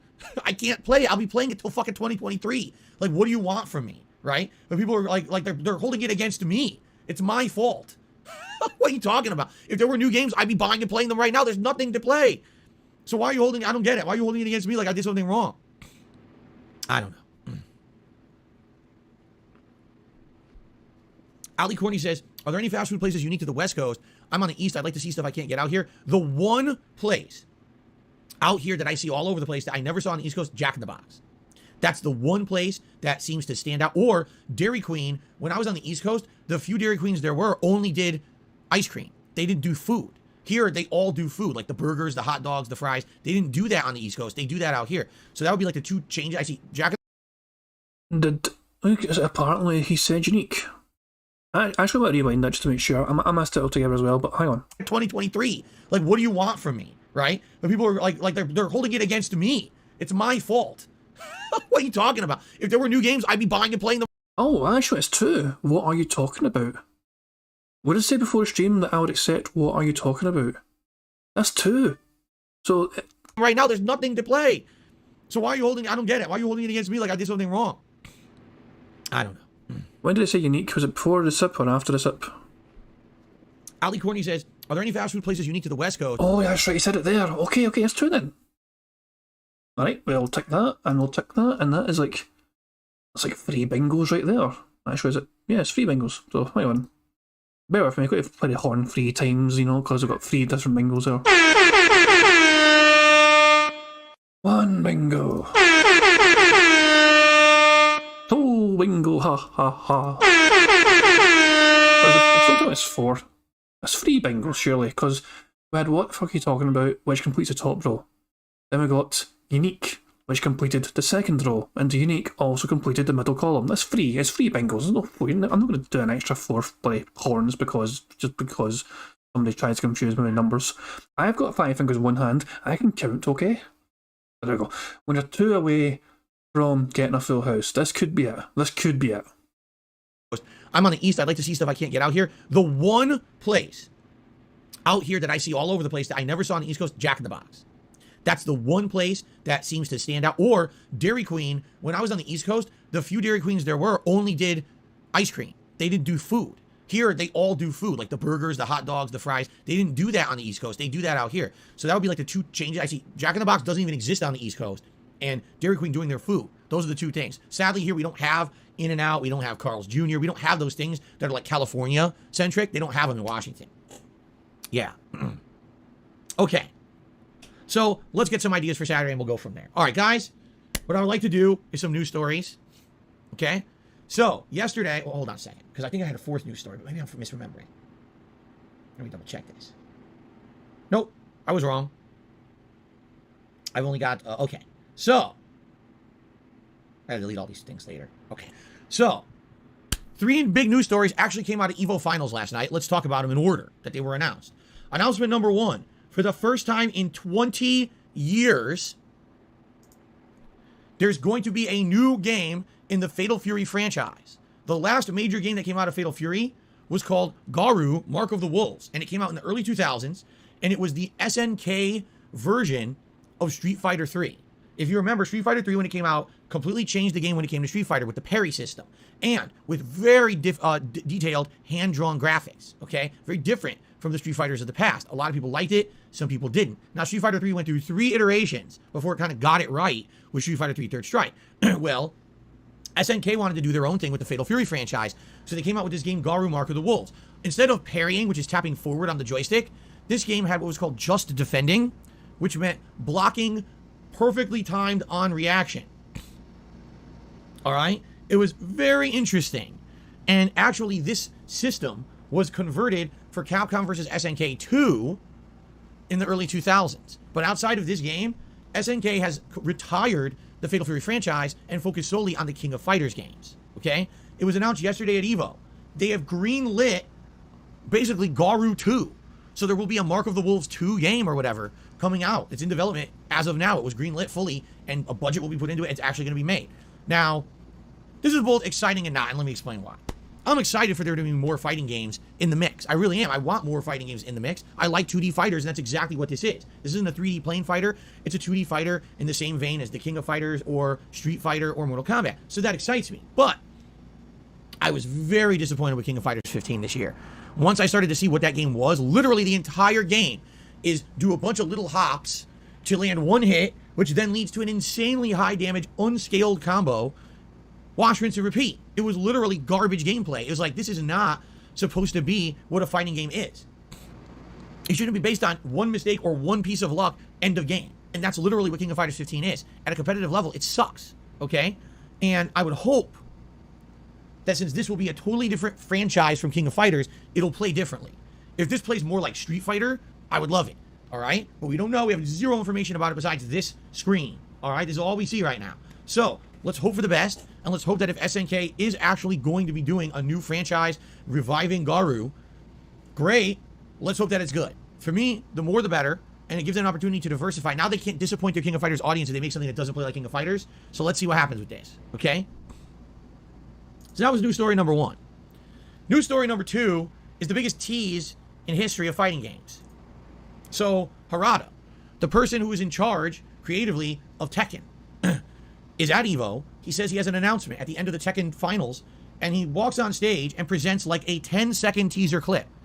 It's literally the ending of Tekken 2, either Tekken 1 or Tekken 2, when Kazuya beats Heihachi, and he throws him off the cliff. They show that clip directly from the game. It's Tekken 1, okay. And then, all of a sudden, it goes from that Kazuya face to this Kazuya face, and says, get ready, and then it just ends, and Harada says, thanks everyone, and walks off the stage and says nothing. And that's it, all right? Now, of course, everyone is speculating, what could this be, all right? All I can do is speculate, and here's my speculation, all right? Is it Tekken 8? Yes and no. Allow me to explain. Take a look. Why did Harada specifically show this face of Kazuya and then a modernized version? This is not modern Kazuya. Modern Kazuya looks different. He's older now. If you follow the Tekken series, Kazuya is older. He looks different from this. This is a younger Kazuya, but modernized. So why is it like that? Why is it, well, let's talk. This is what I'm guessing. I could be wrong, but here's what I'm guessing, okay? Take a look at what other fighting game franchises in the last 10 to 15 years saw a massive reinvigoration by going retro. Let's think about this, right? For me, here's what I think, and I could be wrong. This is my guess. No one knows. Everyone's just speculating. Mortal Kombat. Mortal Kombat kind of wrote itself into a plot hole, black hole, to the point where by the end of like the 2010s or the 2000s, they couldn't go anywhere with it. They had basically fucked up everything. Half the characters were dead or zombies. The plot was so convoluted with 7,000 characters, they didn't know what to do with the franchise anymore. Okay? So what did they do? They rebooted it. But they rebooted it in an interesting way. They made a time manipulation mechanic in the plot, where characters from the future traveled back to the past, to the original Mortal Kombat tournament, to change time and change the outcome of the tournament to try to fix the events of the timeline. And so what you had with Mortal Kombat 9 was a rebooting of the events. You modernized the graphics, you modernized the gameplay, you were able to bring back characters who had been written out of the franchise for 10 years. And you retold the story in an interesting way, and essentially this is exactly what it looked like. They had the classic Mortal Kombat characters reimagined for a modern audience, and people loved it. It became a total success. 100%, they sold it like crazy. It turned into a trilogy of a reboot series, right? 9, 10, and 11, continuing this reboot plotline, and it's been very popular ever since, all right? So when I look at this, and this is me speculating, okay, what I guess is, Harada says, shit, we kind of wrote ourselves into a corner. The plot of Tekken's been going crazy over the last several iterations, and in particular, if you remember, the biggest complaint in Tekken 7 was the guest characters. Why the fuck is Akuma and Geese Howard and all these characters from other franchises in Tekken? They break the game. They don't belong in it. They competitively, they're too overpowered. This is stupid. So if they reboot the franchise and they take Tekken 1 and make it Tekken 8, but it's basically the cast of Tekken 1 with modernized gameplay mechanics and graphics, and maybe they toss in a few new elements, a few new characters or whatever, right? They have an opportunity to reboot it and start over. Now, I don't know how they're going to do it. Because if they just do a time manipulation mechanic, just like they did in Mortal Kombat, everyone's going to say, they bit off of Mortal Kombat and completely, copy. So maybe they won't. Maybe they'll just say, fuck it. Fuck what we did with Tekken 7. Retcon the last 6 Tekken games. And we're actually just starting over. And we want to start from scratch and do it over right this time. The thing is, I can't think of a justification for them to redesign Kazuya to be young again. He's not anymore. If you look at Kazuya in Tekken 7, he's older, he's got scars and shit, he's different, right? They turned him back to the beginning. Why? There's got to be a reason. There's got to be a reason they showed this, Tekken 1, and then this. There's got to be a reason for it. Of course, I could be thinking too much into it and giving Harada too much credit. I don't know. Maybe I am. But this actually got me excited, and I'm interested to see where this is going. Okay, that's my guess. You could disagree. There's a million, theories on the internet about this right now. So, okay. The third and final announcement was... Oh, I misclicked. What did I click? The third and final announcement was kind of a non-announcement because all it did was confirm leaks from earlier this year. So, if you remember, a couple months ago, when Street Fighter 6 got announced, immediately on the internet, the entire roster was leaked. Even showing character art and everything. Okay? So people were like, gee... do you think this is correct or not? Since then, the only character that's been announced is Guile. And it just so happens Guile is wearing this Air Force uniform that he was in the leaks. So maybe it's true. So they decided to announce 2 characters yesterday that were already leaked. And it's like, well, I guess what? Those leaks are seriously true. Because not only are these 2 characters that were already previously leaked, they look exactly the same as in the leak artwork. Okay? But we do get a little bit more information. So we got Juri. For those who don't know, Juri is a character that premiered in Street Fighter 4. A very unique combat style where she can charge multiple projectiles by holding buttons while doing the motions. And then during combos, you can release the buttons to create extended combos. Or, since she's a charged projectile character, it's actually cool for controlling the screen with distance horizontally, or vertically for anti-airs. Just being able to release a button and get that move on command is actually quite cool. What's interesting to me is that they start describing her and they're like, oh, so you may notice that in Street Fighter 6, Juri's design style is that she looks more like a spider because we wanted to have a more arachnid style to her combat fighting. And I'm like, you mean like Street Fighter 4? That was the whole idea of her character in Street Fighter 4, is that she was supposed to be spider-like. Her outfit in Street Fighter 4 looked like a spider. So what you're saying is, we admit we fucked up in Street Fighter 5, and we're just going to bring her back to how she played in Street Fighter 4. And people are actually even comparing. They're like, yeah, look, her fighting stance and all her fighting moves look like Street Fighter 4 again. They're basically taking all the changes they did in Street Fighter 5 back and putting her back to her roots where she was actually fun to play. I'm just saying, I said Street Fighter 5 was completely shit from the beginning. It seems like even the game designers are starting to agree with me. Okay? The other character revealed is named Kimberly. Now, the interesting thing about Kimberly is that no one really knew much about her because she's a brand new character, so they actually revealed some information. First of all, Kimberly is... Okay, how do they explain it? The protege, but perhaps she's the forced protege of Guy. For those who don't know, Guy was one of the 3 major protagonists of the Final Fight franchise, who then converted over to Street Fighter in the Street Fighter Alpha series, and then also was present in Street Fighter 4. So Guy has been no stranger to the fighting game franchise, okay? I forget what's the I don't know how to pronounce it, like Byokusen style or Byokusen combat style. It's supposed to be he's like a ninja, okay? But it's weird the way that they said it, because they were like, oh, she's like a forced protege or something. And I'm like, what does that mean? Does that mean it's kind of like Sakura forcing herself to be the protege of Ryu, where he didn't really take her on as his disciple, but she kind of wedged herself in there? Maybe that's what it is. She's supposed to be more like a comic relief character. I don't know. The other part of her character is apparently she's a super fan of the 1980s. And what they're saying is that's why her style is 80s-esque. She always has a cassette Walkman on her hip. And they actually said she's going to be listening to music from the 1980s, a particular artist in general, but they don't want to reveal that until the game comes out. What it sounds to me like is they're actually going to get music licensed from the 1980s, and maybe that'll be her theme? I don't know, but that's what it seems like they're saying. Like she's going to actually have, she listens to music from the 1980s when she fights, and so they're going to have it licensed, but they don't want to reveal what it is now. Maybe it's too early, maybe the licensing deal isn't through yet. I'm not sure. Okay, so we don't know. We don't know what she's listening to. All right, but I guess we'll find out. The Vice City soundtrack, people, Eye of the Tiger, who knows? Who knows what she's listening to, right? Run DMC. I mean, they were more prominent in the 90s, but they were still in the 80s. But anyway, who knows, right? It's interesting. An interesting character design, all right? And what's funny is, you know, people are looking at this, and they're like, so wait a minute. And they're really taking a hard look at it, and they're like, we'll bring back Juri, and she looks and plays like Street Fighter 4. You look at Kimberly, and yes, she's an original new character, but already right off the bat, she's kind of interesting. She's going to have a combat style that's maybe a hybrid of Guy and some new stuff, and she's got interesting character traits that make you like, okay, I can kind of get into a unique character, right? And then you take a look at Street Fighter V and its initial cast list, and you're like, so basically the opposite of Street Fighter V. It really is. Like, they're actually like, they're putting effort into this to the point where it's like, this is the opposite of the last game. They're trying to make unique character archetypes, but things that connect to things from the past. They're trying to retcon the mistakes they made with the last game. I really can't complain. I'm actually pleased with everything that we're seeing about this game right now. Maybe it's because it's been so long since I played a good Street Fighter game that like I'm just looking way too optimistically at it.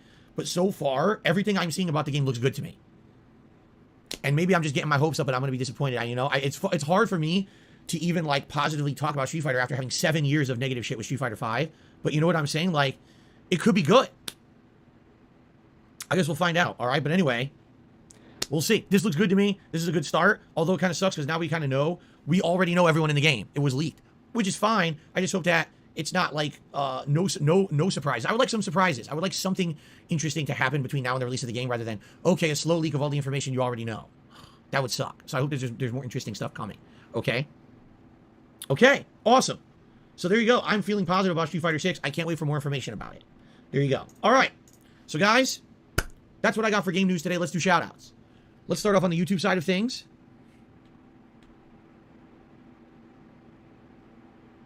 Which aren't loading, so I'll hit reload. So, I had already shouted out the 5 gifted memberships from Only Kawaii Coffee earlier. Thank you for that. Not Swaggins re-upped his membership for 13 months, said toasted coconut and microwave watermelon. Why would you... I can understand toasting a coconut. I don't know about microwaving a watermelon, dude. It's a little weird. But thank you for re-upping your membership. Good to see you. Future did a super chat saying, why do you need so much support? All right. Why does Phil need support? Because Phil doesn't have sponsors. Phil doesn't have partnerships. Phil doesn't shill products. Phil doesn't sell products. All I do is make content for you guys. That's it. And people tell me they appreciate that. They don't want Phil to sell out. They don't want me to have, oh, everyone, welcome to the Level 1 podcast. Oops. Where is it? Where's the... There's something here. It's one of these. Bear with me while I find the right one. Know your role and shut your mouth. Here it is. Welcome to the Level 1 podcast, brought to you by DSP Cereal, Head and Shoulders, Mr. Fuck It. You know what I'm saying? You know, and now let me shill this for half an hour. By the way, use promo code blah, blah, blah. Oh, sorry. We've hit the 20-minute mark of the podcast. I have to do a paid product placement now. Here it comes. You know what I'm saying? Like, I'm not that guy. I don't ever want to be that guy. If you haven't noticed, the vast majority of people who do this full time, this is what they have to do. Big product placement ads on their Twitter feed, doing entire streams that are ads for games. I don't do that shit. Okay? On purpose. Because I want to be someone different. I want to strive to do the content I love. All right? And every once in a while, if I have to say, hey guys, reminder, you can support my content by becoming a member or doing a super... Every once in a while, reminder, throughout the course of yesterday's videos that he uploaded, so everything that was recorded, I'm not including unrecorded beg segments, everything that was recorded, he had like 60 different mentions of just the word tips. Just the word tip. That could be tips, tipping, tipper, or you know, variations of that. But 60 odd mentions from only yesterday. Occasionally mention support. Try every 10 minutes, every 20 minutes, practically. What the hell? How can you guys say it that many times in a video? No, in a day. In a day. There's no escape from it, you know, it doesn't matter what video it was. There was a podcast you mentioned it, the Daily Crap, there was fucking mentions of it. Every single gameplay stream, there was several mentions of it. Super chat or a super sticker. This week I really need help with tips. If you could tip me, you know, I would think that every once in a while just me casually mentioning that in my content instead of me just 100% slamming you with ads like most content creators do today would be good. But the funny part is, if you look at the people who hate on me the most, they claim that all I do is sit here and beg. It's like, now wait a minute. Watch this entire podcast from the beginning. I counted the fucking mentions on Pig Go, which takes your YouTube transcripts, Phil. All you do is beg, and bore. Beginning to now. I think once I mentioned tips being important, until right now when you brought it up, right? That's been it. There's been no product placement, nothing. Go watch one of these mainstream people out there. Tell me how many times they plugged something, how many ads are running on their stream, what's going on with their shit. But I'm the one who gets the criticism because I'm the little guy and I'm easy to hate on. They're already big dynamos, you know, they're basically, they're immune to criticism, right? Because they're so big. So here's what I say to the criticism of people saying, why do I need so much support? It's not that I need so much support. It's that I get support 100% from my viewers. 100%. There's no other company backing me or whatever. And because of that, you know that what you see and hear on my streams is genuine, right? If you like that, by all means, stay and support it. If you don't like that and you like people who just shill, go watch them. That's what they're there for. Trust me, there's 1 million, 2 million other people watching them too. Go join the mob. I'm sure that you'll be welcome over there watching their shilling. But if you don't like that and you want to chill here with me, right? Join me for something a little different, okay? That's why I need the level of support that I need, because that's the only way I pay my bills. It's a little different from people who have all that kind of financial backing. And if you're going to criticize me and say, oh, I talk too much about it, fuck off. Because you're one of the reasons why I have to talk about so much about it. Because when you have so many negative shitheads making stuff up about me out there, saying all this negative stuff, people believe it because they're dumb. They're Reminder, the question he was asked in a super chat was, why do you need so much support? It's not even actually that horrible a question. It's not, he's not just saying why support you. Why do you need so much? The words so much were the main key words of that question. It wasn't just about supporting a content creator. Why do you need so much support? And this is triggering this little mini meltdown of a goddamn rant. I think he's almost finished with meltdown because obviously when he gets all angry and toxic and tells someone to fuck off, that's usually the end of it, you know. Gullible, and now it's hard for me to make a living because I have to put up with that shit. All right? So that's the most straightforward answer I can give you. All right? Kevin Bernstein did a super chat and says, love you doing more mukbangs. I'm so excited. Again, I guess they're called mukbangs when you just eat on a stream. I guess it's become that generalized now. Keep in mind, I've been doing them before they were ever called mukbangs with DSP Tries It, so whatever, I guess. Okay. Fair enough. I don't care what you call it. You call it Phil Shits in a Bag for all I care. There you go. Shout out to Ponage101 for a $10 tip and an idea. And I want to read out this. Damien, he has to say react. He has to say these last two things properly. He has to say react. He has to say above and beyond. And it's amazing he's not said either, especially the react. I thought it would have been plugging his like future react event that's coming up soon, you know, because he's going to react to This Is How You Don't Play by Evil AJ. But lo and behold, he's somehow not said it yet. So he has to say it, sadly. This idea and see what he says, because this might be a good one for Saturday. Let's find out. First tip of the day, by the way. Thank you, Ponage. Okay, so Ponage says the following. Why not do a DSP Tries It, the redemption? What I mean is, trying out an item that you had previously and it was terrible. Hold on. Excuse me. I felt that one coming. Give whatever item another chance. Maybe it would be made differently, maybe a little better than the first time. Well, I guess, like, for example, what are the infamously worst things I've ever tried on DSP Tries It, okay? Number one that comes to mind would probably be that insanely disgusting buttery jack that I got years and years and years ago from Jack in the Box. Now, it wasn't the first one. The first buttery jack I actually got wasn't that bad. It was the second one that was supposed to be a spin-off variant of the buttery jack. It was completely saturated with butter. It was so disgustingly dripping, covered in butter, it was pretty much inedible. It was just nasty as shit, okay? So if anything, what that shows is that it depends on who's preparing it and the situation. It's not necessarily the product, it's who's making it, right? So maybe the buttery jack. Another thing could be, as everyone's been saying, this Burger King chicken sandwich, that was absolutely disgusting.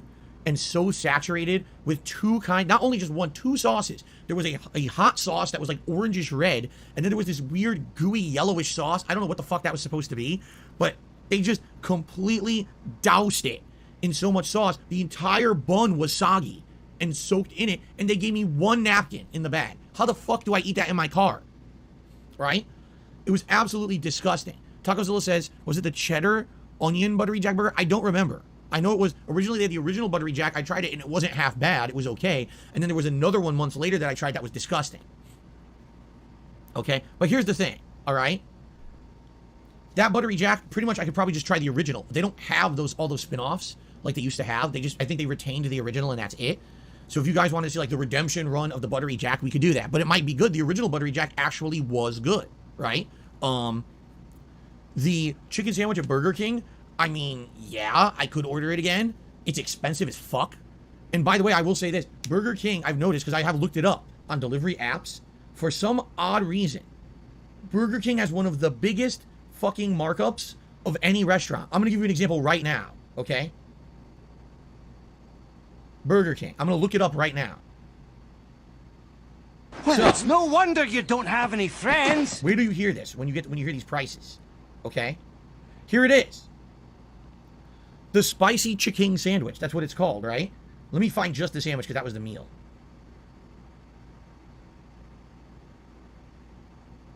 Shut your mouth, you thong-wearing fatty. The spicy chicken sandwich, all right? Just to have it delivered to your house. Just the sandwich. This is not a combo. $7. $7 fucking dollars for a fast food chicken sandwich. Jesus Christ. $7. You see, now that's with the markup, of course. All these delivery apps have a giant markup. And the thing is, with Burger King, sadly, there's none near me. The closest Burger King is at least a 15-minute drive, so I wouldn't be able to get it on Saturday. I'd have to get it delivered, in which case I'm paying out the nose for it, all right? So, what I would say is, like I said, the things that are closest to me right now are Dairy Queen, Taco Bell, Wendy's, McDonald's, and KFC. All right, I don't know what their menus are looking at right now, okay? But someone says there is a $17.99 Burger King sandwich right now. Well, that's not here. $17.99. That one's not on here. Good Lord.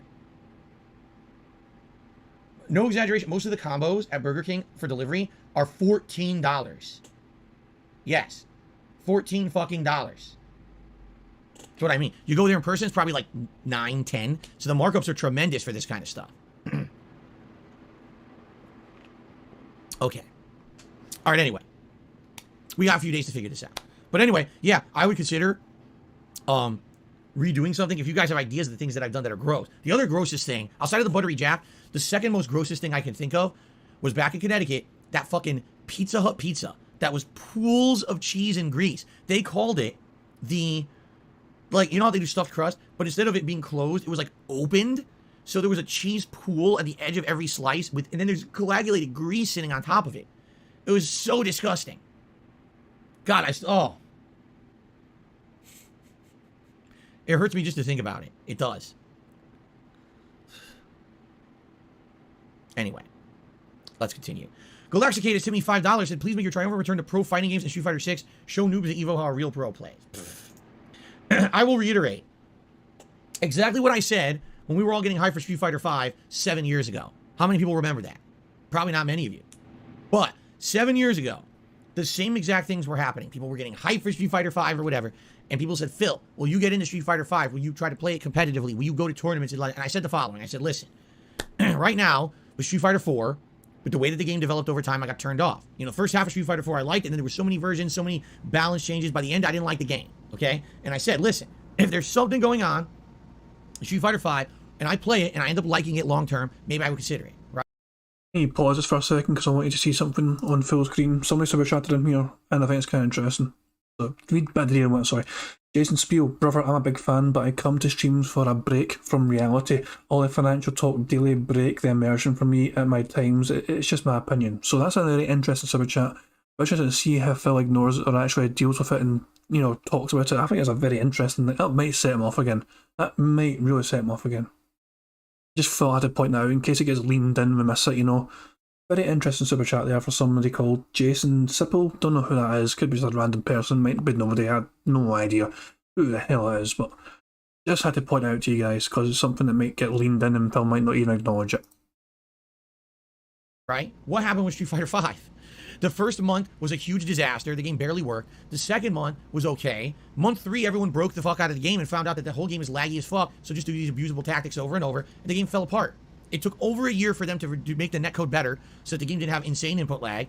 Then came to find out the game didn't even play like Street Fighter. Even at a competitive level, there was little to no footsies, almost no reacting to what your opponent does, but instead just pattern play. Essentially, the game wasn't Street Fighter. It wasn't. Well, he said reacting. That counts. Yep,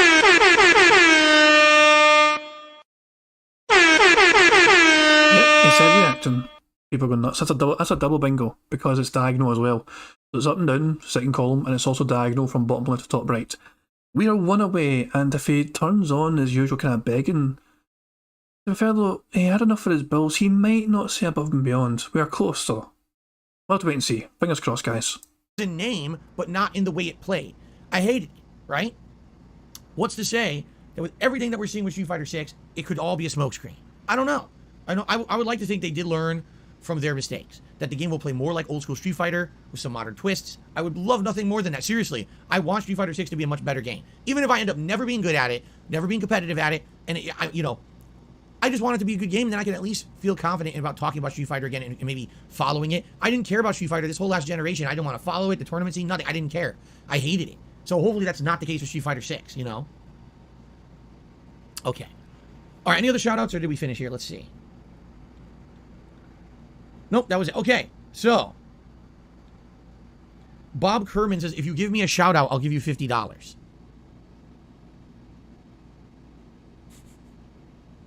It works the other way. When you do the contribution, then I do the shout-out. Excuse me. Okay, so any other questions? Anyone want to tag me in the chat? Last chance to ask a few questions before we get started here with Final Fantasy VII.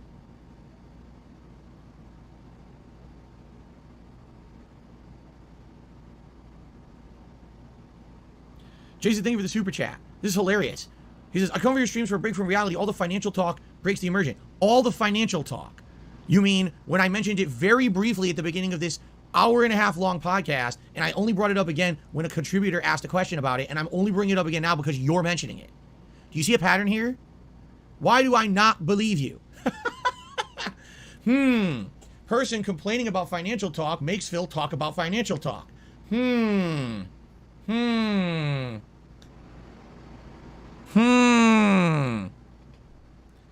Anyway, I am going to say thank you for the super chat, and I am going to put you up on the leaderboard, but I think I don't even have to say another word about it, do I? I don't think so. I think the less I say about it, the better, right? Was it Jason? Jason, yep. Exactly. Alexander says, these people are what we call concern trolls. They'll bring something up, pretending to be concerned about something seriously when all they want to do is get you to talk about a certain topic. Ding, ding, ding, ding, ding. They had like, I just started streaming yesterday or something. Seriously. Can I try Filipino food again? Yes, maybe someday. Not anytime soon, but yes, maybe someday. I'm not interested in it right now. Okay. How is my left toe? I have 5 left toes. They're all fine. Why do you ask?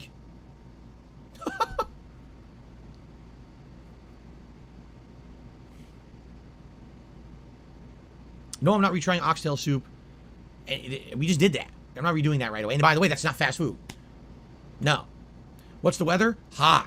Hot as fuck. We're in another heat wave, although it's not as hot as the last one. Today it's supposed to hit 90 degrees. Yup. 90 degrees as of around 4 to 5 p.m. Right now it's 84 outside. Yesterday it was like mid-80s. Today it's 90. Then it starts to lower again. But yeah, it's hot. Hot, hot, hot. Will I be playing new games? Yes, tomorrow we're playing a new game as it comes out. I'll be playing new games later in the month when they release. I can't play new games when they don't release. No, interestingly enough, Jeremy, we have not done Chinese food. There are a few interesting Chinese restaurants around here. There was a Szechuan Chinese restaurant that was in the running, but it didn't win the poll for Feasting with the King. There's a couple others as well, but no, it has not won any. It has not been tried yet.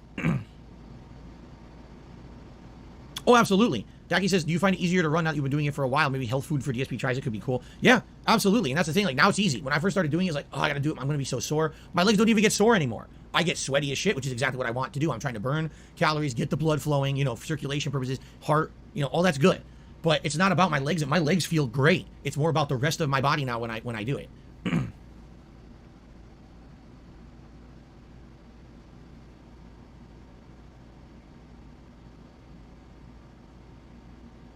Alexander recommends trying Chinese peppercorn if I get Szechuan food. I'll take that into consideration. He says it's called mala. Beyond Beef. I don't think I tried Beyond Beef, but we did do the Impossible Whopper a year or two ago, remember? We did a direct comparison test. I did a regular Whopper and the Impossible Whopper. And here was the outcome. For those who didn't see the episode, if you want the full episode, it's, you know, you can watch it. But the outcome was, basically, the Impossible Whopper is not bad. It's a good tasting sandwich. I can understand why someone would want to eat it for health purposes, but it tastes nothing like real meat. It just doesn't. It's not even close. It doesn't have that flavor to it like real meat at all. So if you want real meat, you still got to buy it. But hey, if you want a sandwich that's still tasty but isn't real meat, you could still buy the Impossible Whopper, but don't buy into their bullshit. It tastes like a real Whopper. Not even close. Different consistency, different flavor, everything different. Do I like Chipotle? I've only eaten at Chipotle twice ever. The first time, I think I got a burrito, and the next time I might have gotten one of their bowls, and that was before Chipotle had that E. coli outbreak years and years ago. And since they had the E. coli outbreak, I've never eaten there ever again. So there you go. Bob Kerman, I'm not giving you a shout out. You said if I give you a shout out, you'll do a $50 tip, and then you said no, I'm just joking. So why would I shout you out? No, I'm not going to give you. I don't think Bob Kerman said he'd give him a $50 tip. He said he would give him $50. Phil, I think, is just suddenly placing the tip in there because he's hoping for immediate financial gratification. I do not think that Bob Kerman mentioned tips whatsoever. I believe that Phil is just hoping and praying it would be. Imagine if the guy falls through it, but it's actually a super chat instead. Imagine how pissed off Phil would be there's a super chat he doesn't get straight away. That would just absolutely annoy the hell out of him. And Prophet, stop sending your goddamn bots. Do a random shout out for no fucking reason. Have you ever tried throwing a brick? I've thrown a brick before. Not at anything, just I've thrown a brick before. Like I found a brick on the ground, just tossed it, see what it was like. It's heavy. Jasper and Cat are doing fine. Thank you for asking. So supposedly, today is some kind of a cat holiday. I don't know if it's National Cat Day, Worldwide Cat Day, National Pet Day, Worldwide Pet Day, Worldwide National Pet Your Cat Day, whatever the fuck it is. But Jasper should be on stream at some point today, either late on this stream of Final Fantasy or for tonight's Toy Story stream. He should be available to join us. I can't guarantee he will. It's up to him, but he should be available later on, okay?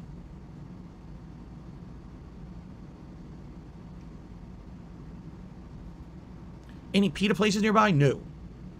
No. Okay. Anything else? Last chance? Before we go on a quick break, I gotta take a leak, but then we'll jump into Final Fantasy right after.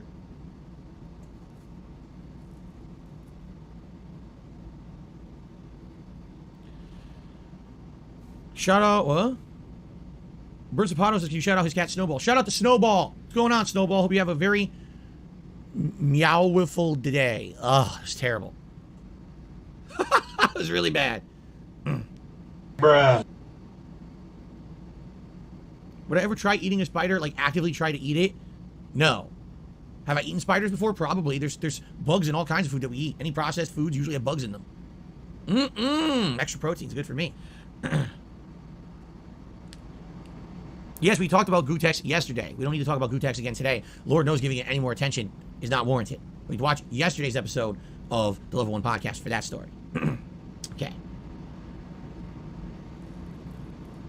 All right, are we good? All right. Ladies and gentlemen, thank you very much for a fun episode of the Level 1 podcast. Let's adjourn. As I said, I'll take a brief break. If you're out live on stream, there'll be just a couple minutes pause for me to use the restroom, and then we'll jump back into Final Fantasy VII Endgame stuff. Thank you all, and see you next time. Now, Phil's going to play his outro now, but I am not going to play it. Apparently, they're using it to try and copyright strike people. At least that's a theory. So I am not. By the way, guys, game's not over. The game's not over. No. Guys, calm down. Calm down. It is not over yet. We are not finished the game. The game ends when he hits record for YouTube for gameplay. We are not finished, so I always go back, because he always has these unrecorded segments as well in between gameplay starting. I always end the bingo before he actually begins gameplay. So as soon as he hits record on gameplay starting, that is when the pre-stream, in my opinion, is officially over. It's not just the recorded stuff, it's all about when he actually starts recording for YouTube for gameplay, because everything before then, in my opinion, is fair game to say it's part of the podcast, it's part of the pre-stream or whatever. So we're still going, and I think it's safe for me to play from here. Yeah. Yeah, we can play from here, okay. Okay. Very nice. Let's switch over here. People are really freaked out by that cartoon Phil. I don't know why. Every day people are like, don't do it. Don't show the cartoon. Don't do it. Is it really that like nightmare fuel? What if that's what I look like if I were a cartoon? Would that really terrify you if I looked like that as a cartoon?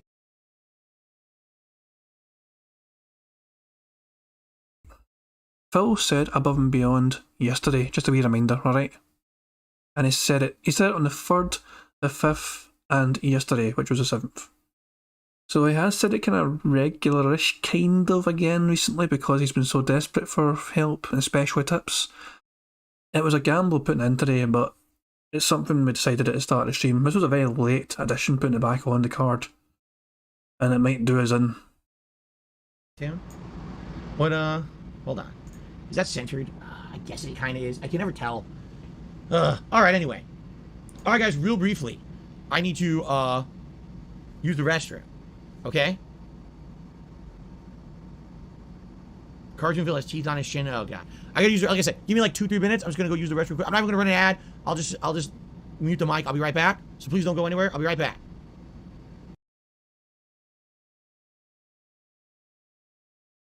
Okay. I've hit live, right? I've hit live right now. And we're still waiting for Phil. So there you go. So right now we're just essentially waiting for him to get his fat ass back from break. I was only 3 minutes behind as well, so apparently Phil being 2-3 minutes in the toilet. Bullshit.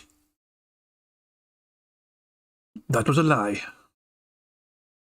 Let me just randomly spam my soundboard while we're waiting. What have we got? Gotcha, bitch! Bruh. Shut the fuck up! Phil, you make me angry, Phil! Don't mind me, I'm just randomly going from a wee soundboard of stuff. Go back to Supercuts and get your $5 back, jabroni! Oh, no! Shut up, bitch! Shut the fuck up, you cunt! Know your role and shut your mouth! Shut your mouth, you thong-wearing fatty! Well, it's no wonder you don't have any friends. Fucking inflatable fucking crown! Okay, that's all my soundboard stuff. Stillran says, why does he keep saying that he's going to play an ad when he never does that? Well, to be fair, I have ad blocker on. It's quite possible that it doesn't work for me because I have ad block on. I'm one of those piece of shit YouTubers that just uses ad block cover. I don't run ads myself, so it's not as if I'm a hypocrite, you know. If I had ads on my content and I had ad blocker, I would be a hypocrite, I feel, but I don't have ads on my stuff, so I don't care. Backleak says, does it count if Jasper stands up and says it? If Jasper stands up and says Above and Beyond, then I would count that. I would absolutely count it if Jasper stood up and said it, Backleak. So that's a very fair thing. I think we can all agree that would be so incredible that we would have to count it. Still waiting for Phil, by the way. It's a live video. You can see he's like, the video's not paused or anything. You can see his old dumbass like webcam animation flashing green. Did I get batteries for my soundboard? No, it's part of OBS, it's built in, it's so nice. You ever thought about getting a sound clip from Still Game? It's just picking the right one, you know? It's picking, it also has so much kind of options there, you know? Not even necessarily Still Game, but, you know, Chewing the Fat. Also, it's the same guys who were involved in Chewing the Fat, and there was so many different kind of skits and clever wee sound bites you could pick from that as well, Stuart Robertson, so... Aye, it's quite possible could, you know, one of these funny Scottish comedic shows would quite possibly fit quite well in here, especially obviously with all the insults towards an old man. It'd be quite fitting for Phil, I feel. So yeah, I'll need to look into that and look up some good sound clips. You know, I'm tempted to do it now, but it's just obviously Phil might be back any second. We're just waiting for this dumb little piggy to get back. I've actually done quite well today in terms of timing. I'm usually miles and miles behind because usually I get too ranty. Today, for some reason, I've just been focused on just letting Phil say what he has to say and just letting the game play out, you know. This was a card that had a very strong chance. I didn't want to get too far behind because obviously I wanted to make sure we were up to date and live, and this might have been the day we had a full house, and it still could be. Phil, more often than not, does actually go into his kind of wee begs right before he hits record for gameplay. How about you fucking people from A Few Good Men? I'll need to see that. I don't think I've actually seen that, to be honest. Don't bother with a link, Tashi. I'll search it myself later on. It's okay. But I'll look for it myself later on. But it's a good shout. Or even if you find it, Dashi, send it over Discord. How's that? You know, send it over Discord and I can try and do something with it. I wonder if Pandalee's screwed Phil for big time. Who knows? Phil looks like he's back. Yes, I can see him coming to frame there. So Bingo's still going, guys, until I hit record. Remember. All right, guys, I'm back. I'm ready to go. Sorry for the delay. I was actually talking to my wife about the schedule. Remember, we're trying to figure everything out for this week. Kat may be home on Saturday. We're not sure yet. She has to double check. If she is, that means that I can drive to get food, which means actually it would open up our options a little more for what I get to eat on Saturday. Because as I told you guys, I really don't want to fucking order a $7 to $8 sandwich fast food delivered. But if I can drive to get it, then it makes more sense. But of course, it would mean a longer break for me to get it. Because some people were like, oh, retry the Chiking sandwich at Burger King. To which I'm like, well, I would do it, but I don't want to order it for $7, $8 if it's a piece of shit. But if I drive there to get it and come back and it's cheaper, maybe it makes sense. I'll let you know. We're trying to find out. We're trying to schedule. We have other things going on. Man who's apparently enjoyed a lot of walking and even running lately cannot walk nearby to get some fast food. It's not adding up, Chief. If he was fucking really into his walking lately and all that shit, you know, and he's actually within walking distance of all these places as well, then why the fuck is he not just fucking using that leg power that he's gained all of a sudden and getting that shit just directly via foot? Just power walk your ass to McDonald's, power walk your ass back. I don't know. On this month too, like other appointments and things we have, so we got to figure everything out, but we'll figure it out and I'll have more information about that soon, about Saturday, okay? All right. Again, in the meantime, if you guys have any other ideas about what we should do for food on Saturday, you know, fast foodie stuff, not expensive restaurant stuff, I'm all ears, okay? Is the Cheez-It Tostada still available? I don't know. You're talking about the Cheez-It Crunchwrap Supreme, right? That they did at Taco Bell. I don't know if they still have that. I mean, they might, and if they did, I mean, that'd be hilarious to try a giant fucking Cheez-It. I don't know if they still have it or not. Kevin did a super chat saying, why not do an IRL stream like Ice used to? If you're talking about Ice Poseidon, I mean, isn't that enough of a horror story in itself that you understand why I should do that? And on top of that, I'm not doing IRL streaming, as I explained, for personal safety reasons. So, no, I'm not doing that. Okay. Alexander, as much as I'd like to do that, it would take too long. He says, more interesting comparison. Could you compare a sandwich from McDonald's, Wendy's, and Burger King? You know how long it would take for me to drive to 3 different fast food places, grab the sandwiches, drive back here, and then try to do that? It would be like an hour of waiting, and they'd all be cold. If I had a team of people, seriously, I had a team of people delivering them all at once, that'd be one thing. Okay. All right, are we ready? So, by the way, one final reminder, since people tend to complain like assholes, all right? I need help with tips this week. I have 3 streaming days left, today, tomorrow, and Wednesday. Whatever I raise in tips, 100% directly goes towards my day off on Thursday, all right? It would be great to hit tips goals. You guys know we have new hats in the rotation this week, which I've loved wearing in the last week. The Bender hat, the Los Santos cap. Fucking crown. inflatable fucking crown. It's been great having new stuff in the rotation. You guys really like them too. If you want to support the streams in the best way, please tip me. I need the help. Right now, as of this morning, all right, the first major bill clears. Tomorrow, the other one clears. And then whatever I raise that's left is basically for Thursday. So please support the streams if you can tip. Not asking for anything crazy or above and beyond. I'm just saying if you have the choice. Holy shit. Oh, I pressed the wrong button. Hang on. He said it. I pressed the wrong button by mistake. They're trying to unmute myself. And then ended up fucking going to a different screen. He said it. He actually said it. He's gone and said it. We've got a full house. Above and beyond. We actually have a full goddamn house. We actually got it. We actually got this. I can turn Phil off now. I don't fucking care about having Phil on my PlayStation anymore. God damn, we actually have a full house. Right.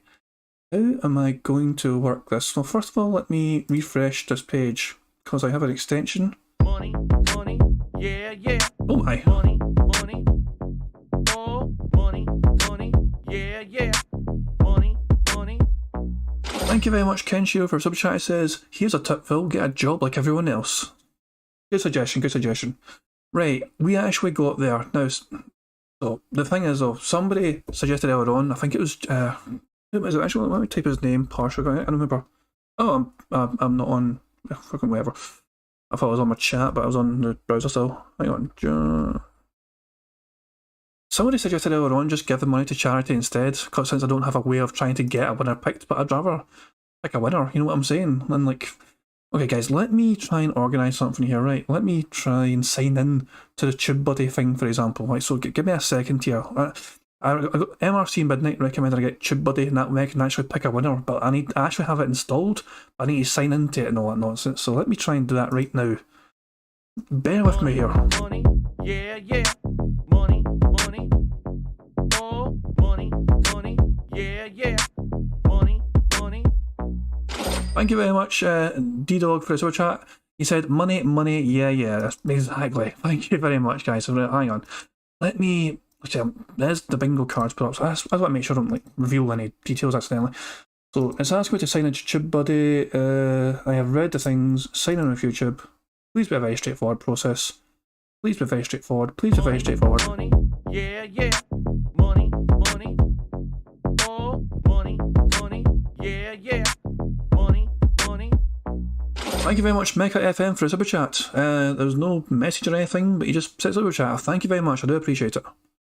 Profit, I will bow out to give others. No, Profit, you won't do that. Hang on. Let me just go through TubeBuddy and see how it works very quick. So apparently I can just pick like subs and well. Oops, I trying to play Pixar animations. It's too early for that. But how do we do this? And how do we? This is what I'm saying. How do I? Extension tools, website tools, my account, community, support the community. No, hang on. How do I do this? So, MRC Midnight, I'm trying to work out how you do this on... I'm saying, apparently it's a very simple process of like, you use TubeBuddy and you like select your subs and yeah, have a thing to... I seen RTU, isn't it? Ah, fuck, no RTU. Oh, hey, Sam. Shit, what's the easiest way of doing this? This is what I'm saying. I want to be able to pick a winner for you guys, you know what I mean? Thank you very much, by the way, for the super chats. No, I do appreciate it. I'm trying my best to get a winner picked it for you guys, but hang on, how do I do this? Tools. What about tools option? Comment moderation, video analytics. No, I'm just going through the thing and seeing what all this is about. Milestones, no, that's just that's about my channel more than anything else. Website tools. How about website tools? Search, right? That's not evaluation, competitor. I don't care about competitors. Fuck's sake. I'm trying to go through everything in this list for you guys. As I'm saying, I want to fail to figure out do a method. The simplest way I can think of, guys, is when the video is not live anymore. You leave a comment, and I can try and get like a comment picker. But that would be after a live stream, of course. You know, and I'd rather do it now and give back now. You know, but I generally might actually have to do it as like leave a comment and we will pick a winner next time, as long as like. But you see what I'm saying? Like, I'd really love to be able to pick a winner for you guys and get somebody rewarded now for this. Just trying to get it all organised. I'm trying my best to work out this bloody thing here. The website extension tools. What about Keyword Explorer? No, what the fuck? Maybe it's like it's not part of the free stuff. Yeah, I'm on like a starter license. Yeah, yeah. Money, money. Oh, money, money. Yeah, yeah. Money, money. Thank you very much, Yiggity Yiggy, for the subscription. Much appreciated. People suggesting start a new stream. I could start a new stream just to pick a winner. I mean, how would I would still be in the same situation as before though? Like, how would I don't know how I'm picking a winner. That's the same. That's the problem I'm facing, I feel.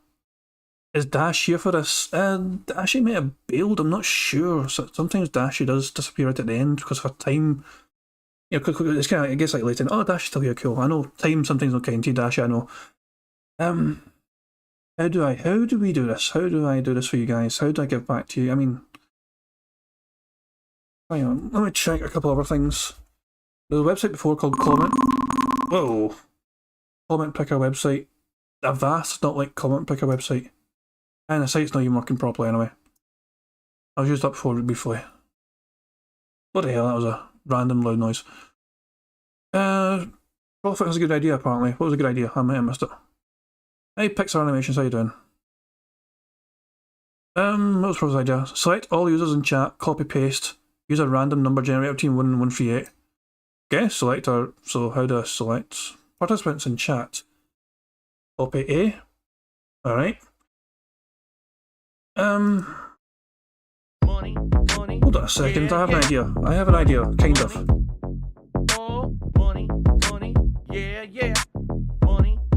I have an idea, guys. Bear with me, I have an idea. Give me a second, guys, I have an idea. I did go by two things.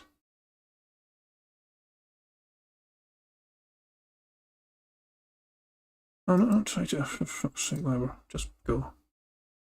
That didn't work too well, damn it. Hang on, paste special. Values only. There we go. Money, yeah, yeah.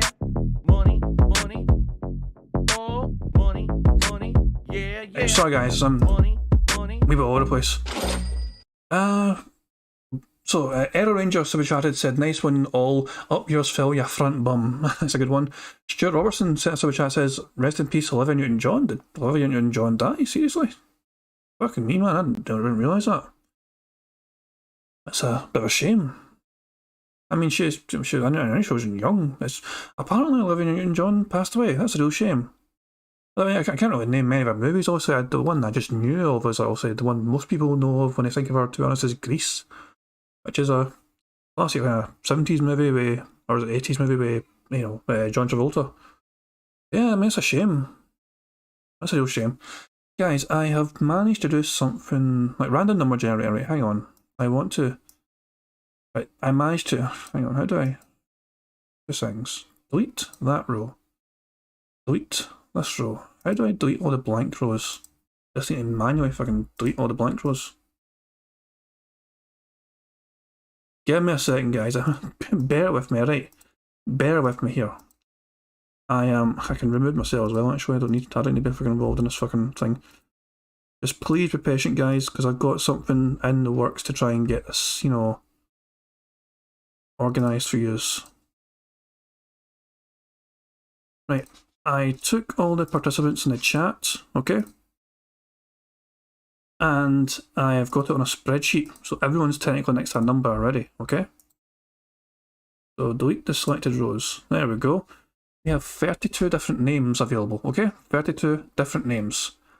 I will show you the, actually, I need a random number generator website as well. Random number generator. Between 1 and 32. Okay, so you guys can see that. Okay, cool. Right, so let me show you the thingy-majiggy that I've got now. Let me change the source. I am very unprepared for this, as you can tell. I was not expecting to win, finally, but here we go. Now guys, here's all the people I got in chat.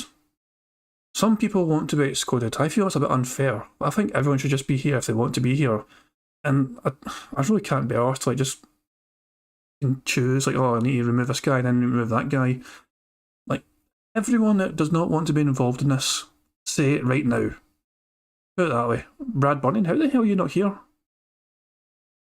Are you not subscribed, maybe? I went to participants, and I copied the wait, hang on, wait. Air Ranger, Bad Luck's, well, Bad Luck is here. Bill Brasky's, no. Bill Brasky's not included either. Did it not copy and paste everything as it should have? I went to participants. Hang on. I've been subbed for a couple of weeks. Guys, I went to participants and copy and pasted. I selected all and copied. I'll do it again if you want, just to fucking show you. Like, fucking hang on. Control A, copy. I'm on here now. A special, values only. There you go, Bill Brasky's back. I wish it was an easy way to get rid of fucking blanks. But you can see what I'm saying, that's what I've done. I Still Ran, are you there now? Still Ran's not... I don't know what to tell you guys. I'm doing everything I can. I went to participants on OBS, and maybe I should go to participants instead on... No, this is fucking crap. Hang on. Go to my content. Go to live. Who's all on? How do I do this? View live control room. Look at all this crap I see here. Participants. I'll do it here. Here we go. Control A. That's control. I don't select all that pish. And this might cause some weird noise issues. I don't know if it's going to be replaying the noise. Like, whatever. I'm trying my best here. Let me try one more time, guys. And paste here. 2 seconds. Would work better on Twitch. Probably would work better on Twitch, but I don't like Twitch too much. Values only. Right, okay, that's the best I can do. Right, that's the best I can do for our list here, okay? If you're not on that list, I'm sorry. I don't know why you're not on that list. But this is the best I can do. Now, is there a quick way to just to delete all the blank rows? What's the quickest way to delete all the blank rows in this? Can anyone? Is anyone else? So is this like the bloody, what do you call it? The Microsoft built-in spreadsheet crap? What's the easiest way just to delete all the bloody blank rows? Anyone know? That's piece of piece when you when you need them. You should be able to do a sort. Don't double the values. Okay, fine, fair enough. We're going from 1 to 75. Okay. You don't see. For feck's sake, there you are. There, you're at the bottom. For goodness sake, you're there. Everyone that has to be here is here. So, okay, Edo. So fair enough. Edo is 1 and 2. Okay, fair enough. That's actually fair. So there you go. I am going to do numbers between 1 and 76. Okay. Yeah. Okay. Now I'm going to hit generate. I'm going to find out a number. Now I'm going to find out who wins. Okay. And then we can figure out what they want in terms of, like, if they don't want an Amazon voucher, we can maybe sort something else out. Okay. Are we all ready? Are we all happy? If you're not on the list, I'm sorry, but I tried my absolute best to get you there on the list. So here we go. 3, 2... Backleaks, why are you not there? Hang on. How the hell, for feck's sake? Hang on, I've got an idea. Fine, I'll set 1 row above and set another row above. I'm just doing it manually, feck it, I don't care. Backleaks, there we go. There you go, Backlinks is there. Is everyone... How about Leyland? I just seen Leyland come into the chat and they're not there. How the hell? Are these people just fucking coming in May last second? Hang on. I'm trying my best to get you on. This is... everything. Right, Leyland... Anyone else? Kirby Souls, you're there. So we've got Aero Rangers, Backleaks, Bill Brasky, Blue Atoms, Brad Burney and Conroy, Dashy, D-Dog, DJ Runo 1, Dreaded End, Evil ADR, Gin Sip, Green Lobster, Hawkswervers, Hi Ams 2, Joker Bunny 666, Jonathan J. Oh, why am I there? I don't fucking need to be here. Get rid of me. Kirby Souls, Leyland. Don't chat, just to get in. Fair enough. But this is a comprehensive list, guys, okay? Barrett Wells, how are you not in it? How the hell's Barrett Wells not in it? They were here at the start. Fine, okay. Barrett Wells. I really don't understand how the list thing doesn't go through properly, man. Chow Hula, you're there. Treyan's here. Yeah, he's here, cool. Sticky Man. Sticky Man is here, cool. Right. Guys, I'm sorry. If you're not there, I'm sorry. But I'm doing... Sir, Professor, you're there. Professor, you're on the list there. See? Sorry, okay. Guys, I'm going for it now, okay? If you're not there on the list, I am so sorry. Now, how this works is basically you're 1 and 2, like Aero Rangers 1 and 2, Barrett Wells is 3 and 4, Bankleaks is 5 and 6, and so on and so on. There's 80. Did I delete that? No, okay. There's 80 altogether we're doing, right? Here we go. This is it. We're deciding now. I'm hitting it now. 41. 41 is Lord Boros. Lord Boros, are you here?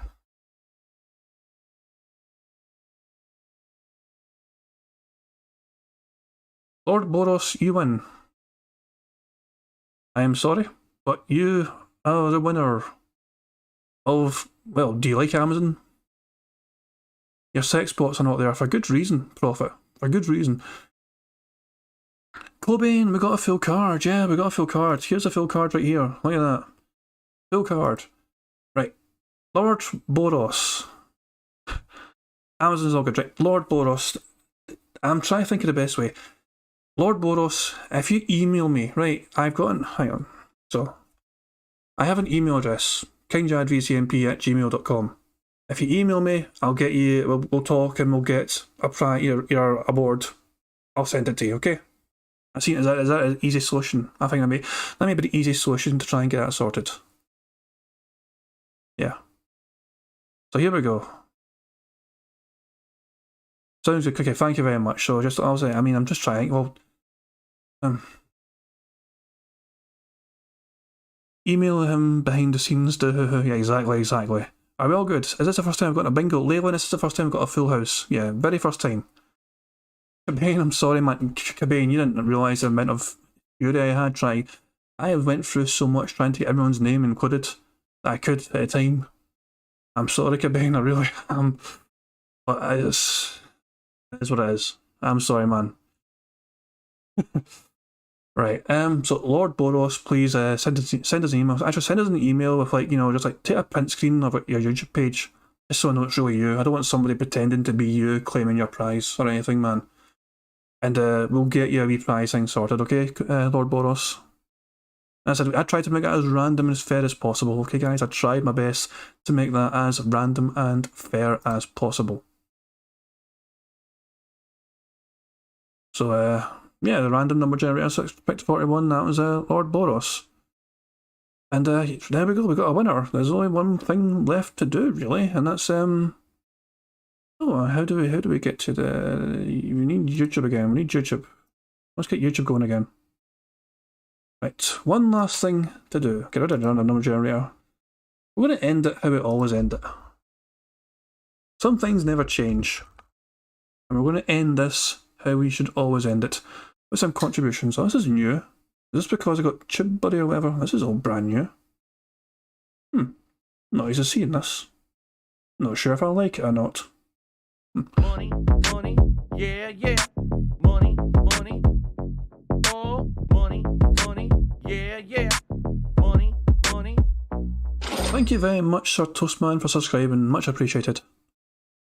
Righto, thought to be sincere, we do a quick Python script for your viewers. It's a shout, yeah, it's a shout. Although it could be one of these things where it's Streamlabs and I'm Stream still. I don't know.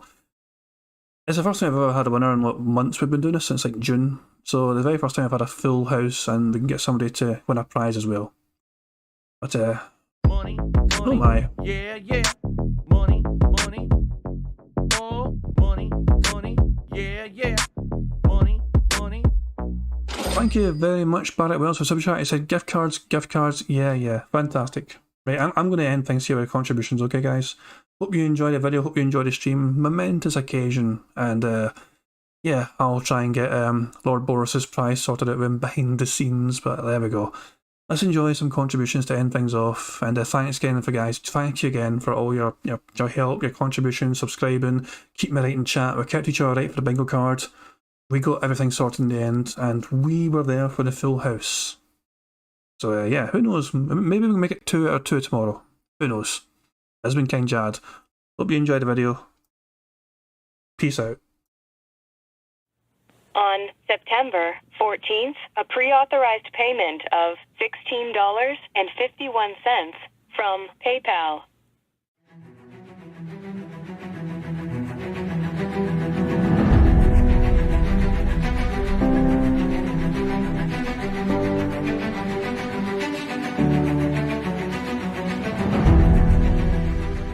Alright, Luna Mills has tipped me $1.30. It says, I'm back. What's your favorite type of shower? when you're showered in money, when you go outside, all of a sudden, greenbacks start falling from the sky, and you raise your face up, you're like, oh, you start dancing, you go, oh, money, money, yeah, yeah. All right, I don't know what the hell you're talking about, but thank you for the first tip of the day.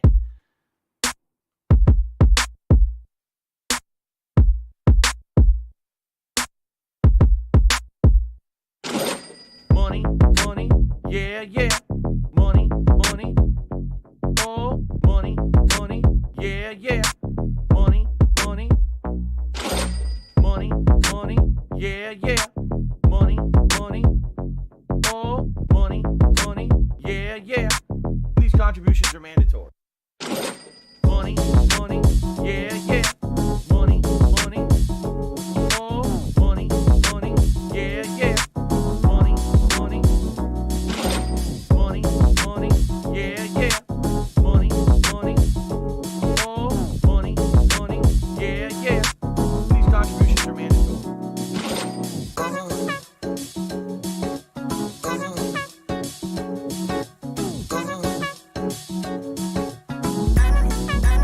Show me the money.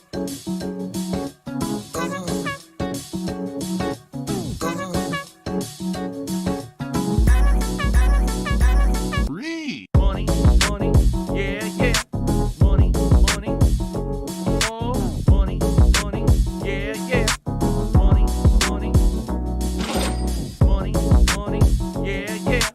Money, money, oh, money, money, yeah, yeah. These contributions are mandatory. And it's gone, just gone like that, in an instant, fucking gone.